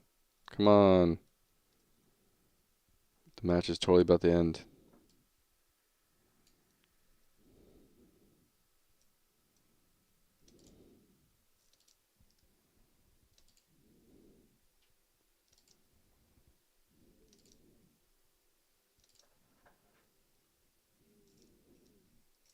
Chunk.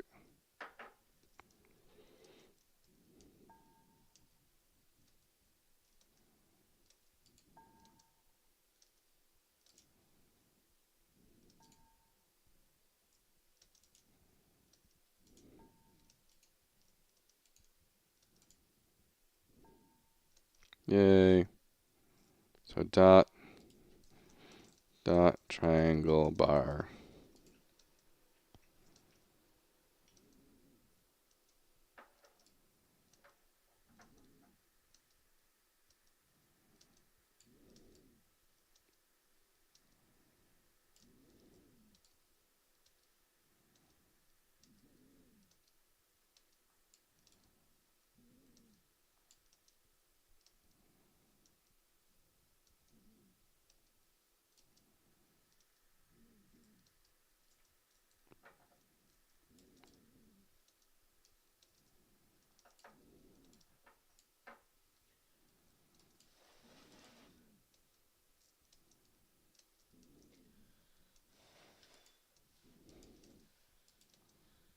I think it was from top to bottom. Forgot to say that part.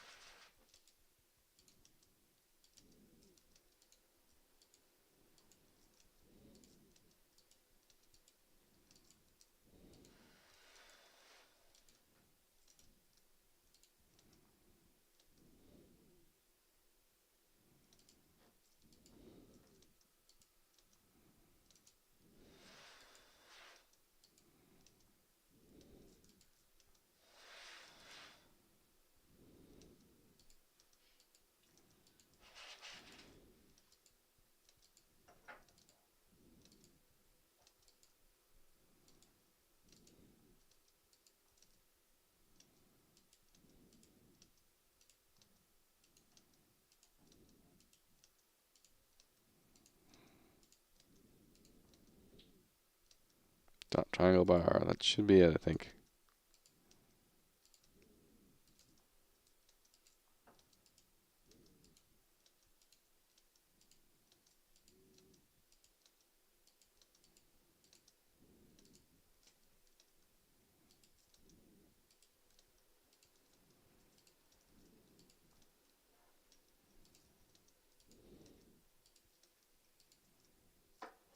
Yay.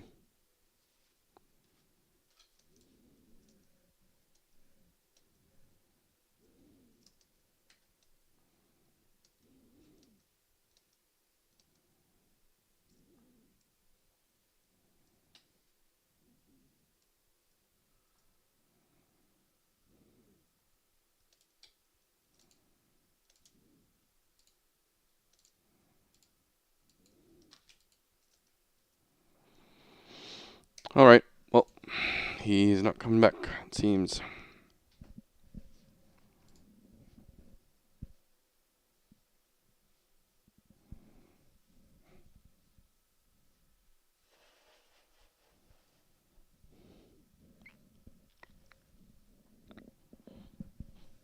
Alrighty. Moving on. Back to the game itself.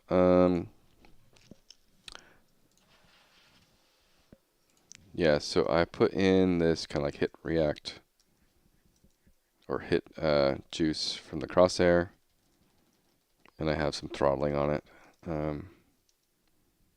So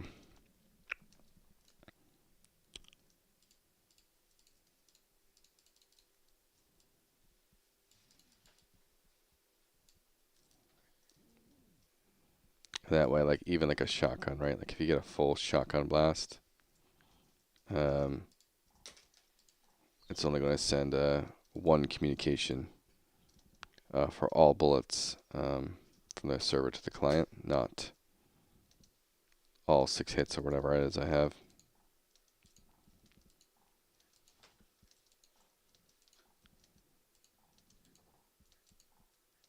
I can't hit him.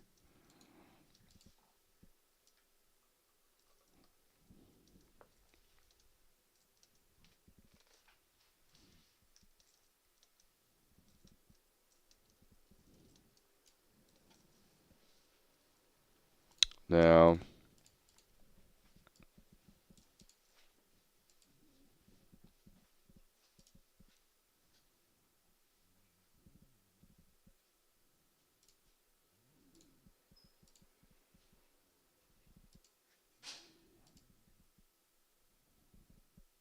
I could do something random like create a queue here. Or let's duplicate this. Queue, hit, hit, impact. And this could be a, just crank up the pitch to like 7.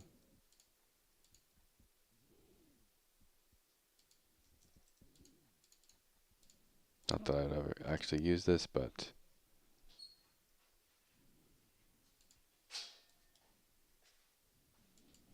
play sound 2D.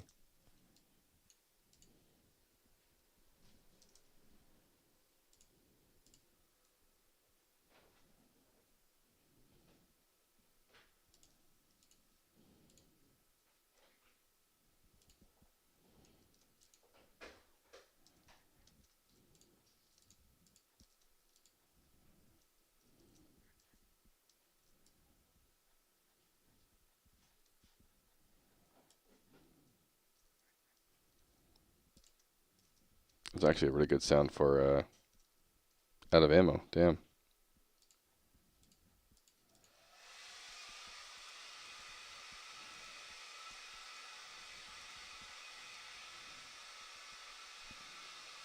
I know. In Quake, it was like a kind of a louder pitch. Dun dun dun dun dun. Quake 3 at least.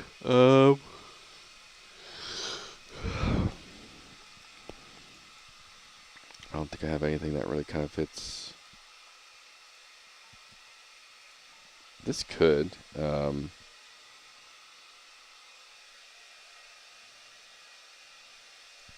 let's take the hit impact off.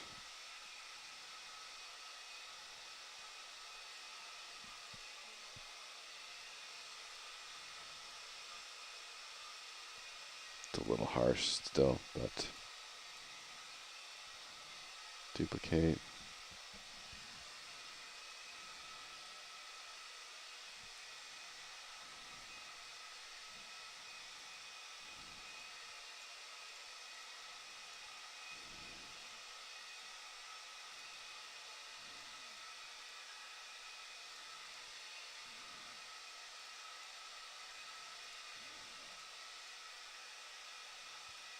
Still pretty terrible.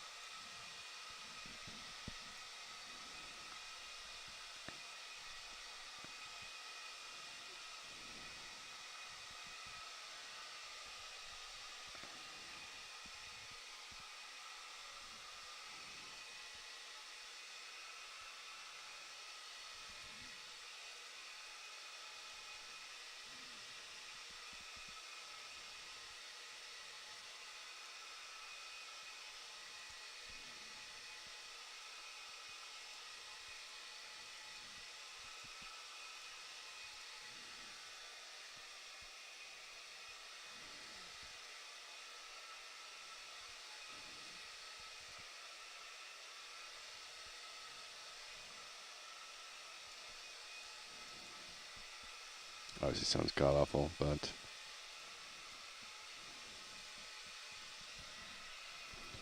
at least like the code set up for it. And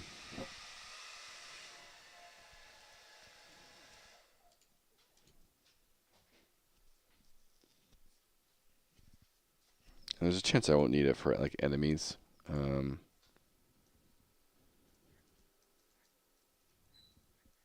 It's more for player versus player stuff.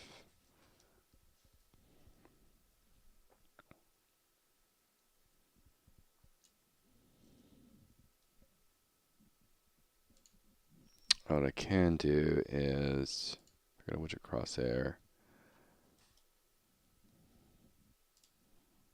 We can do a tint. We got tint stuff we can do.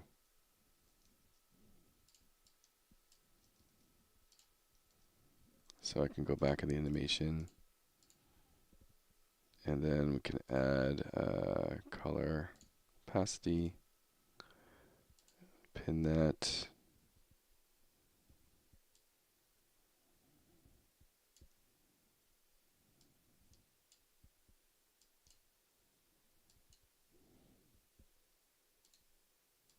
Why is it doing this?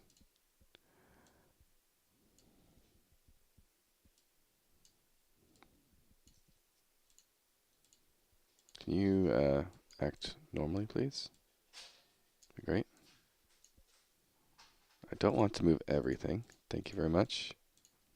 I just want to move the keys. Thank you.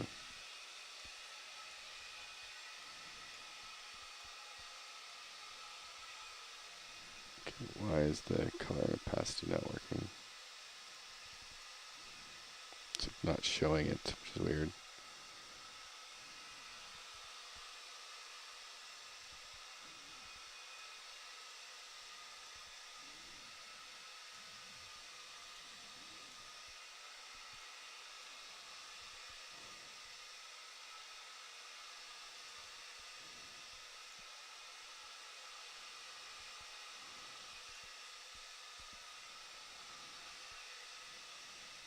Okay.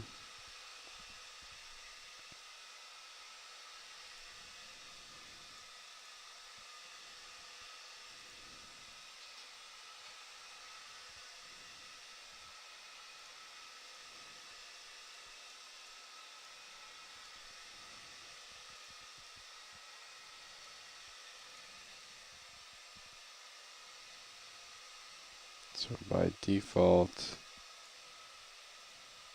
everything is 1.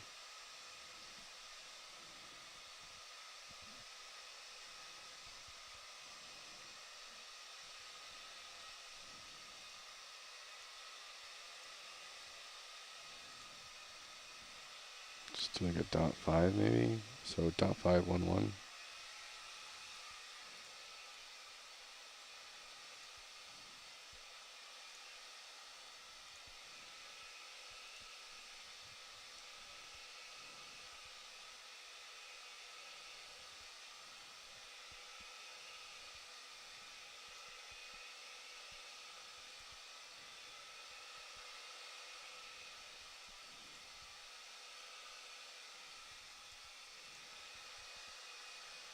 It's too, unfortunately too.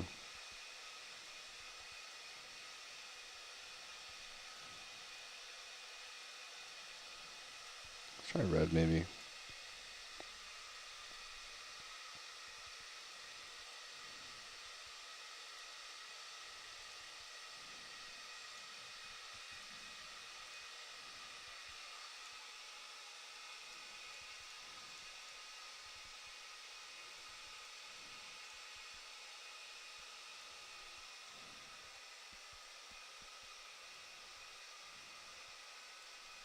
Oh, looks pretty good. Hey, I just want to ask how important are rep notifies? Heard it's good for late joiners, but I won't have that in my game. And currently I'm just doing server events and multicasting. Frank, I don't really understand rep notify and how to use it. So rep notify is really good for UI elements, or whenever say you have any replicated variable that you want a chain reaction to communicate something to players, right? You can use a rep notify to update a variable, and then in the rep notify event, do something for players on the client, right? And so, in like the case of my bunny speed, right? As soon as my so-called variable of bunny speed changes, I'm doing a rep notify that's going to communicate to the client and say, hey, update this person's, update this person's UI to make sure their bunny speed gets updated. It's also really good for scoreboards. Like you can actually completely remove multicast and just use rep notify variables. I don't even use multicast anymore because you can just do a rep notify variable. Because multicast can be kind of network stressful at times. And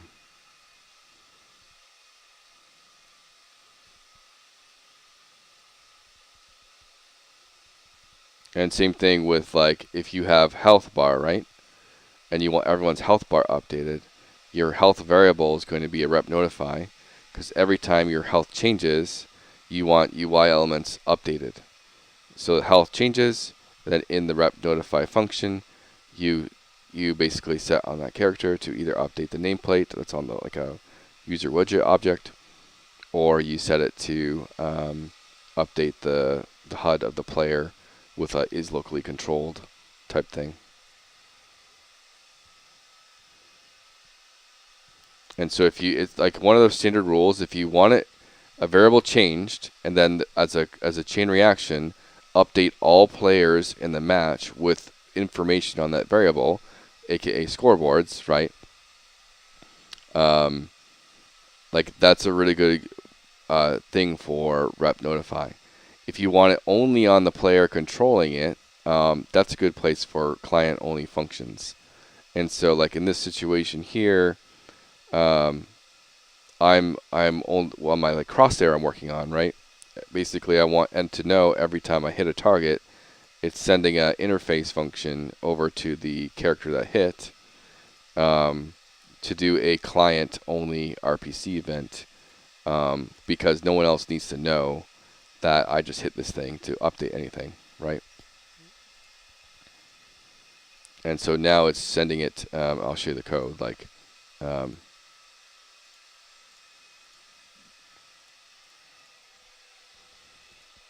if I go to the enemy master, technically, I'll have a shared journal for the ritual steps. So that sounds like a rep notified job. Yeah. So this is my modify health interface function, and so this runs on the server only. Server only, right? And we modify the health of the target of this thing getting hit. This is like the play of this thing, projectile hit this thing, or a trace hit this thing. So it started this event from the other player, the projectile, whatever. And then it modified the health. And so then we go in here and we can spawn a VFX, right? You can do that locally at the location. So that's like a great example of reducing network load is, this thing got hit. So we're not doing this. This is not like a replicated VFX thing, or this is just a VFX, right? And so that's one of the ways you get around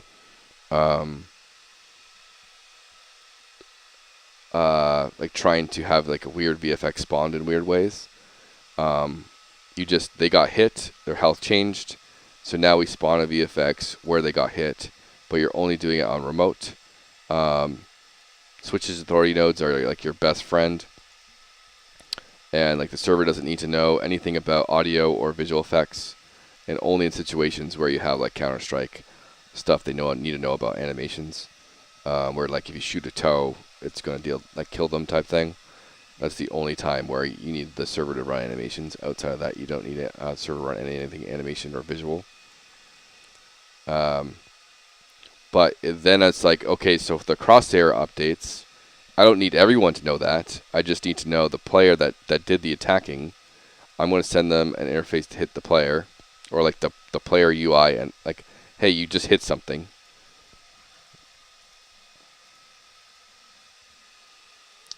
And so then it plays this thing, but instead of doing a replicated variable or a multicast, it's only doing a client RPC.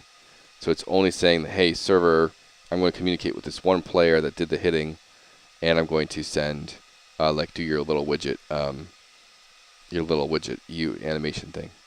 And then I did some like extra throttling. So I did a do once. Do once is like a lot of your best friends too.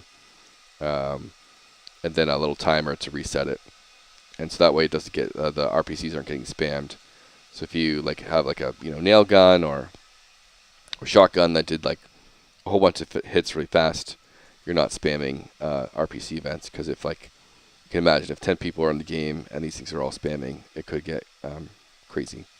So this at least limits it a little bit. But yeah, it's like, and then for like when my rounds change, I'll go to the game state. That's probably a better example too.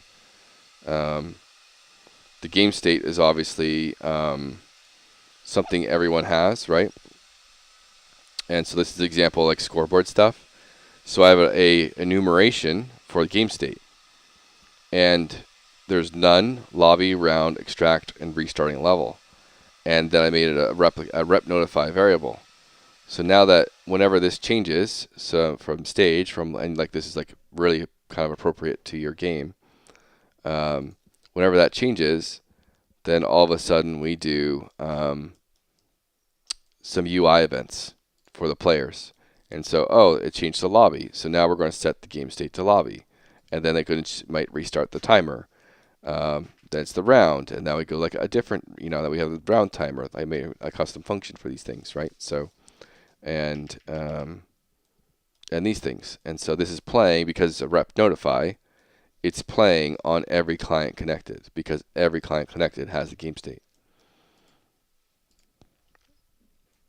And so it's basically if you want a variable updated to have a resulting cause of action or like, whatever, to players to update UI, to update things, to do local client, cliently run visual effects or things. That's like you can also do playing sound effects, right? So that's this. It's like a really good way to have a lot of to synchronize things properly throughout the game.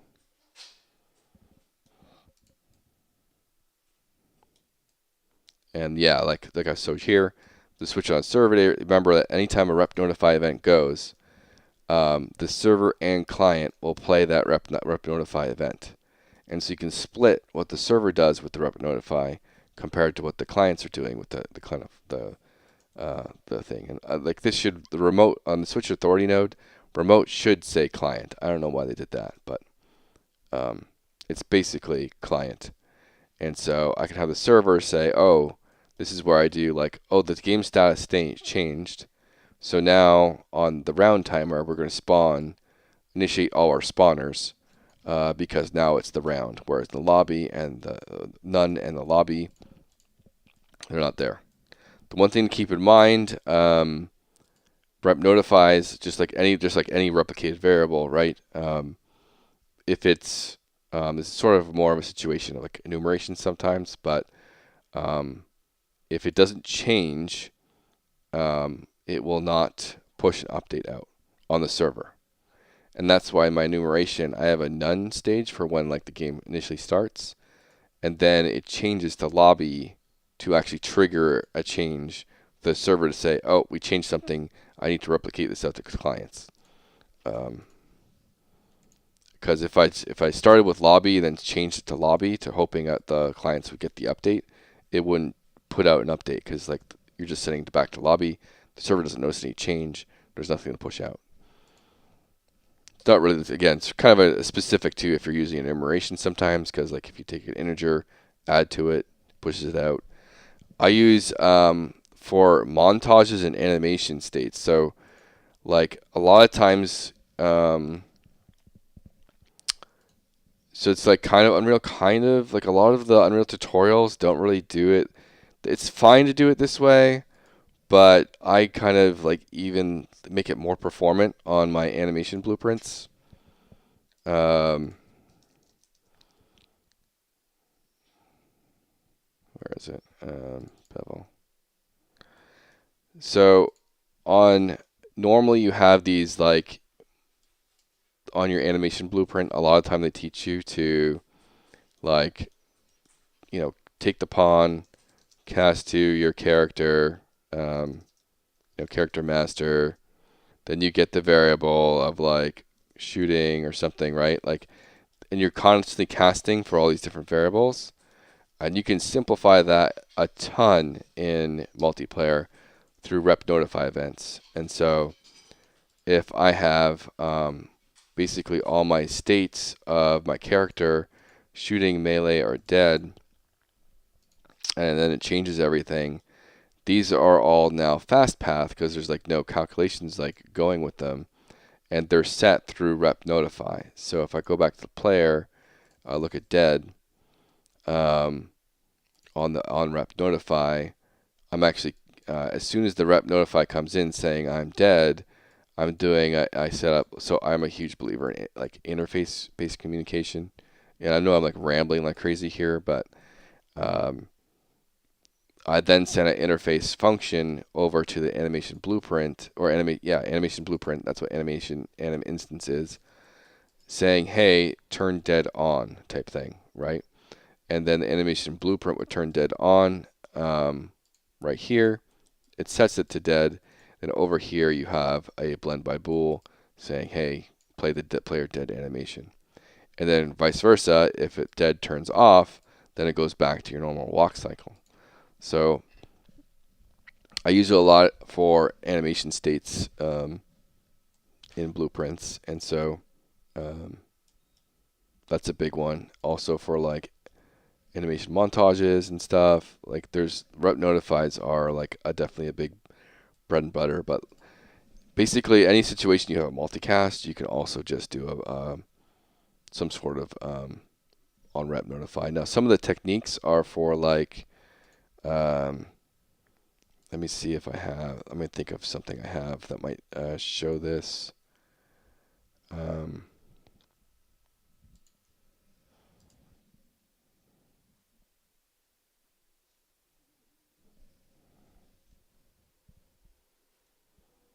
Trying to think of a specific example. Oh yeah, synchronizing movement's a big one because if you set, say you set your move speed on the server, it's going to cause the client to lag out and be choppy. So you set the move speed. You set that's kind of going back to my bunny hopping stuff. Um, Player master. Okay. So over here, where is it?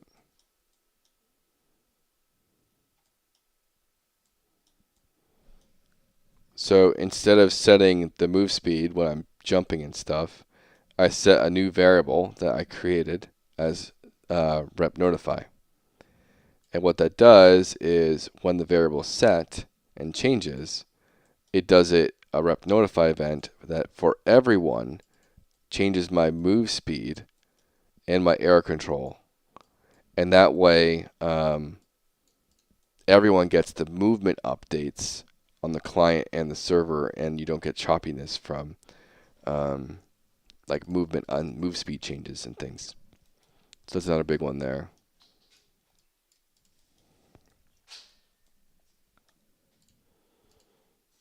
Because that's like another one like a lot of people will go through. It's probably a really common error where like you're trying to do dashes or sprints and they just don't work or they're like really choppy and kind of bogus. Um, and that's because you're either trying to do the change on either just the server or just the client, and you have to basically make the change on the server and have it simulated on the client as well, so they run it together. And so here, every jump I'm doing is changing my move speed, right? It's increasing it by 200, and I'm not getting any type of hitches.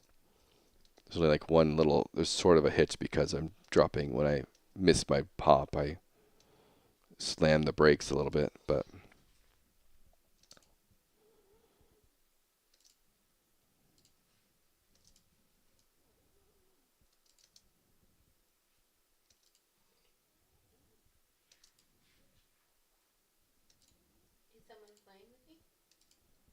no, that was just, they had a question that I rambled on about. This is in the engine.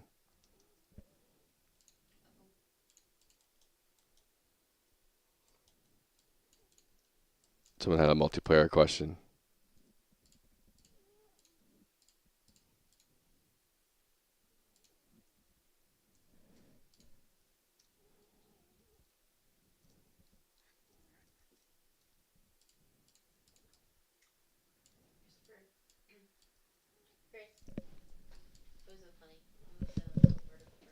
What's that? Do I what? What for the game jams?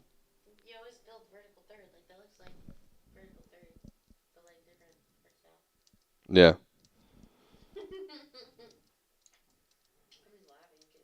Yeah, no, this time I used the Unreal Engine 3D modeling, rigging, and animation tools.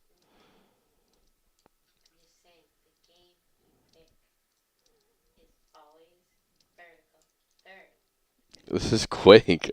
What do you mean?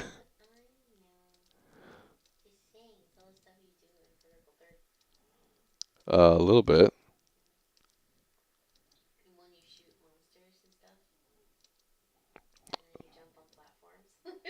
Yeah. But I guess it's very different from vertical third though. If you um And then there's a whole like puzzle extraction thing to the game.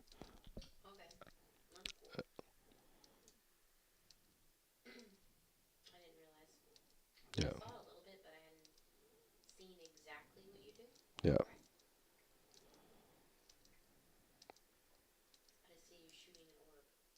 Yeah, this is I'm literally like so I didn't have this move speed. I ran out of time for the move speed stuff. And Quake there is this mechanic called bunny hops. And so every time you're running forward, you jump a little bit, you keep your movement going forward. And so um um and so I've been researching the Quake communities and they're like desperate for any type of new thing. There's like crazy level designers that do these insane levels. Um, there's speedrunners that are constantly trying to break those. There's campaign creators, they're doing those things. Then there's the whole people like me that did a lot of multiplayer stuff. Um, and so I think there's a lot of opportunity to be a Quake game or indie game that kind of tries to serve the purpose of helping those out.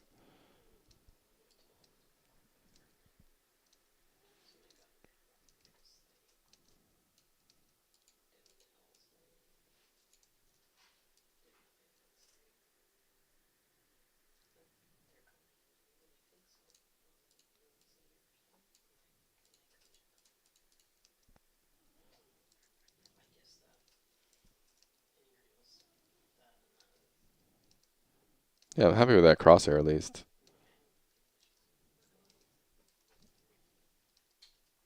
I'll have to try and think of a way to do the sound, a little hit sound. But I don't know. I think it'd be too spammy in a PvE setting.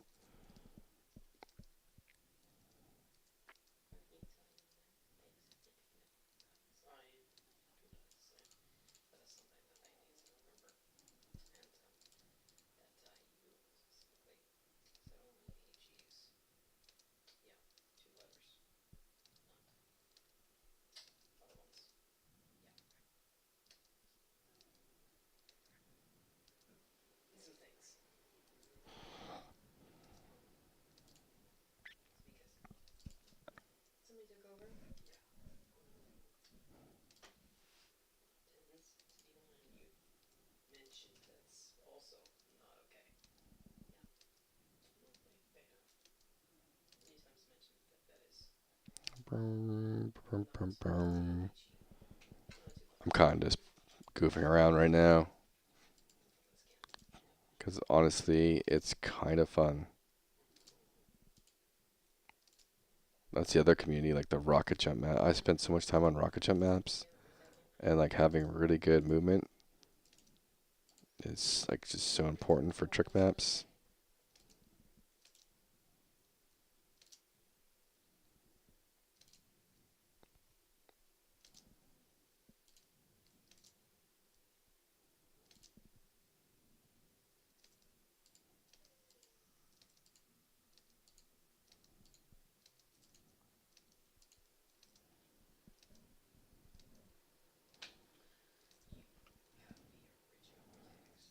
Yeah. Sorry, Elcado. It's basically anytime you want a variable to change, but then for some reason that variable needs to update something, then a rep notify is really good. Or portray a visual, anything visual audio related. Rep notifies are fantastic for. And UI related too. Um, that's where they really shine. And so like one of my variables should be a stance or something, right? Shooting. I think I have a stance somewhere. Um, okay, it's a bool. So if I have my axe equipped, over here, it's like what melee? What's the stance? Stance. What would I do?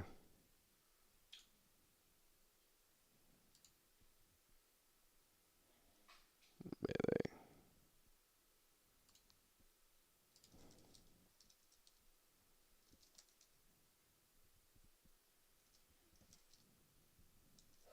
What did I set this as?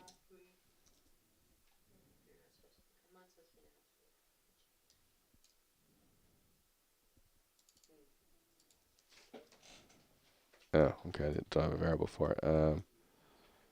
On active weapon. So I have my active weapon variable. If it's the axe, and here's the other factor too. Like you can have a variable like technically on active weapon. Actually, no, everyone needs to know this. So yeah, here I have. So the server is doing nothing with this because it's all visual. But my active weapon chain, if it changes, it can be an axe, shotgun, nail gun, grenade launcher, rocket launcher, railgun, or lightning gun. If it's locally controlled, that means it's me, the player. I'm controlling the character.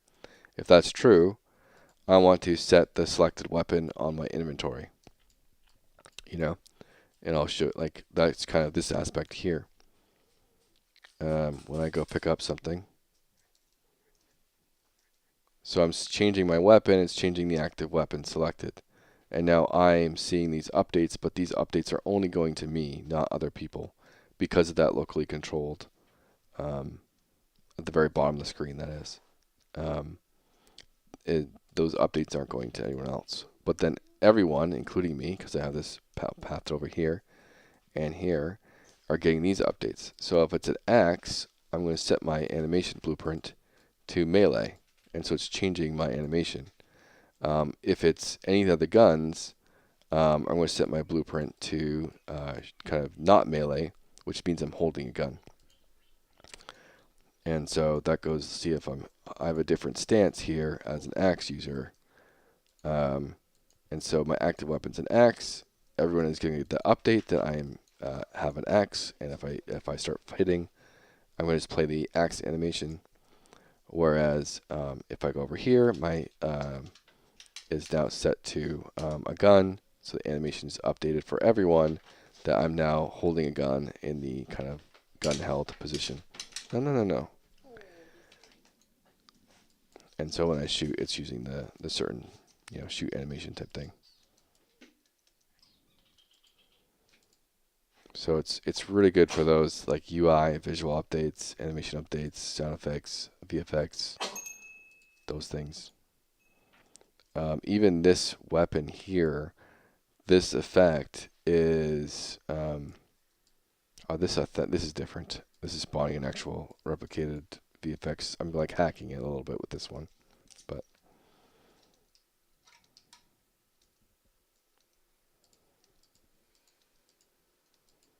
basically on this one, I do a trace. That trace basically hits updates a variable for the location, and as a result on the client, I'm spawning mesh-based VFX that stretches and shrinks based on the location. So this is a rep notify, so it updates for everyone this weird VFX that's going on.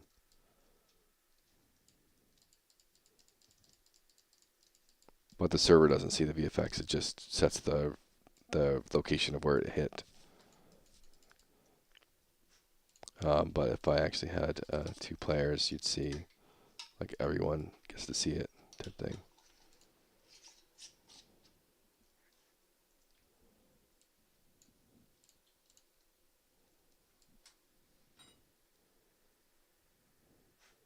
So lots of visual stuff. Same thing for like when I kill this thing, dead is a bool variable that's rep notify, because when it dies, we want to play all the weird effects. And so this is where you do ragdoll effects locally for the client. And so it dies, and then it triggers the ragdoll and physics and stuff. It sets the mesh to slowly fade out type thing. But then it's all like synchronized for everyone. Now, because ragdoll effects, it's like it's going to be a little bit random compared to everyone, but generally speaking, um, you know.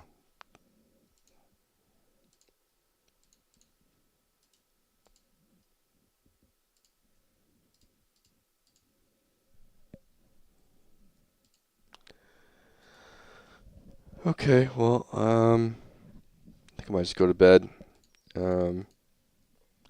Sure, my kiddo's gonna get me up in 3 hours.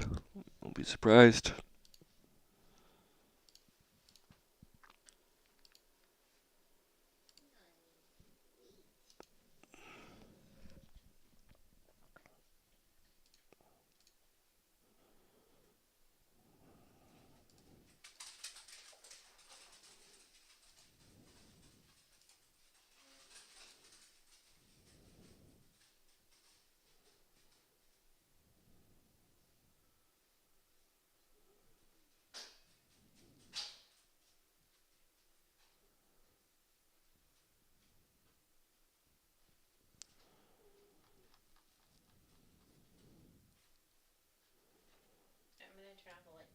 Mm-hmm.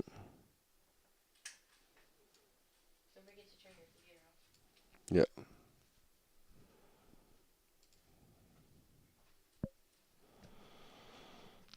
Yeah. Ultimately, I think I got like mostly today. I wanted to figure out my bunny hop idea, and I think I have that.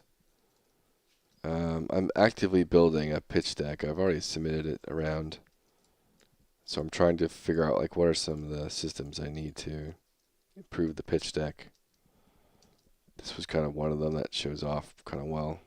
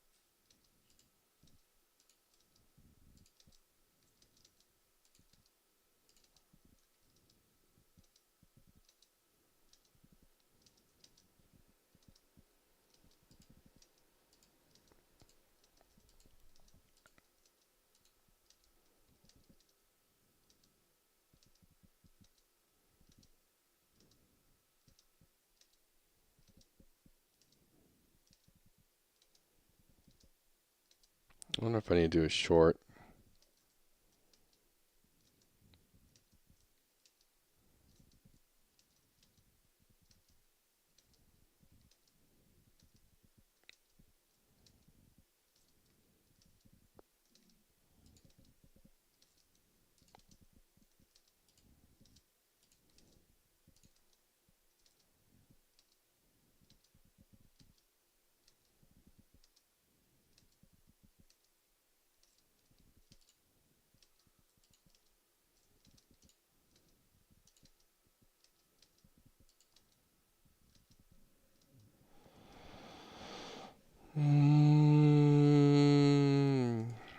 This is like a fun hour, several hour stream of me jumping around shooting something. There's so much. But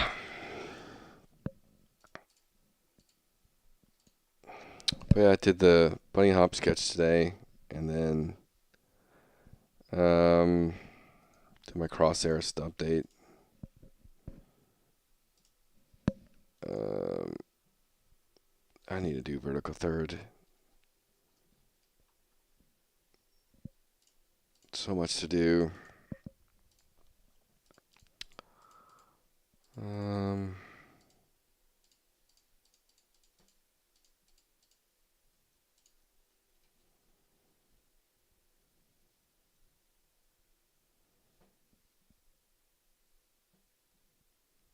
I might just randomly work on the character tomorrow. I have some ideas I want to try out. Just do some sketch, like code, like kind of 3D model sketches on ideas. Basically, enemies I want kind of clockwork.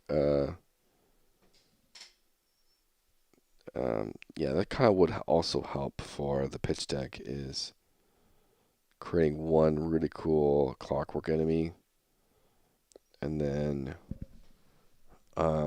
get the character model fixed up. The character models are going to be a bit to have like a lot of distinguishing from the enemies. They're going to be more element, more organic kind of models compared to clockwork, where very mechanical and rigid or hard surface. So there's a lot of like good distinguishing between character and enemies.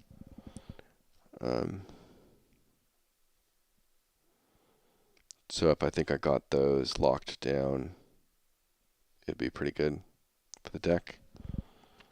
Better one good enemy, one good character.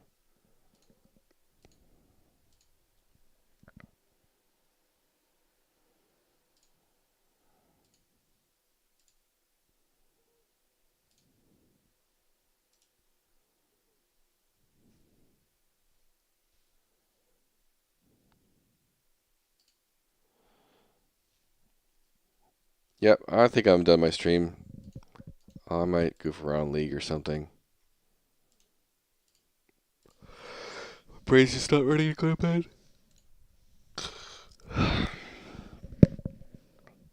I'm also just like still not quite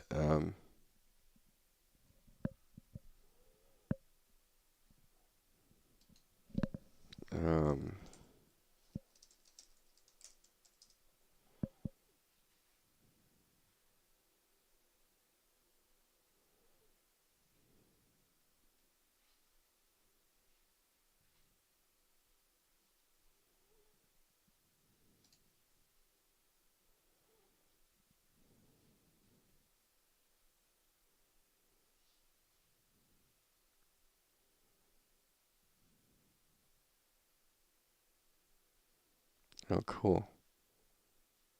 There actually is a Blender add-on to import Quake map files to Blender. That's dope as fudge.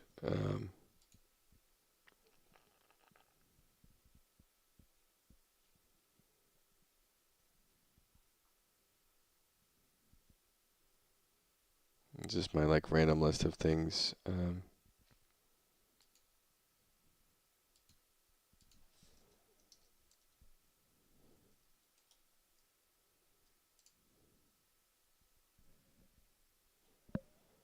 So like I'm trying to think about how could we potentially take the entire level design community that's currently in Quake and transfer over all their work to a new game. What would the workflow would be like that? And so they're not stuck using Trench Bloom, which is good for what it does, but it's also very dated as an app. And they just have so many more tools available to them in Unreal.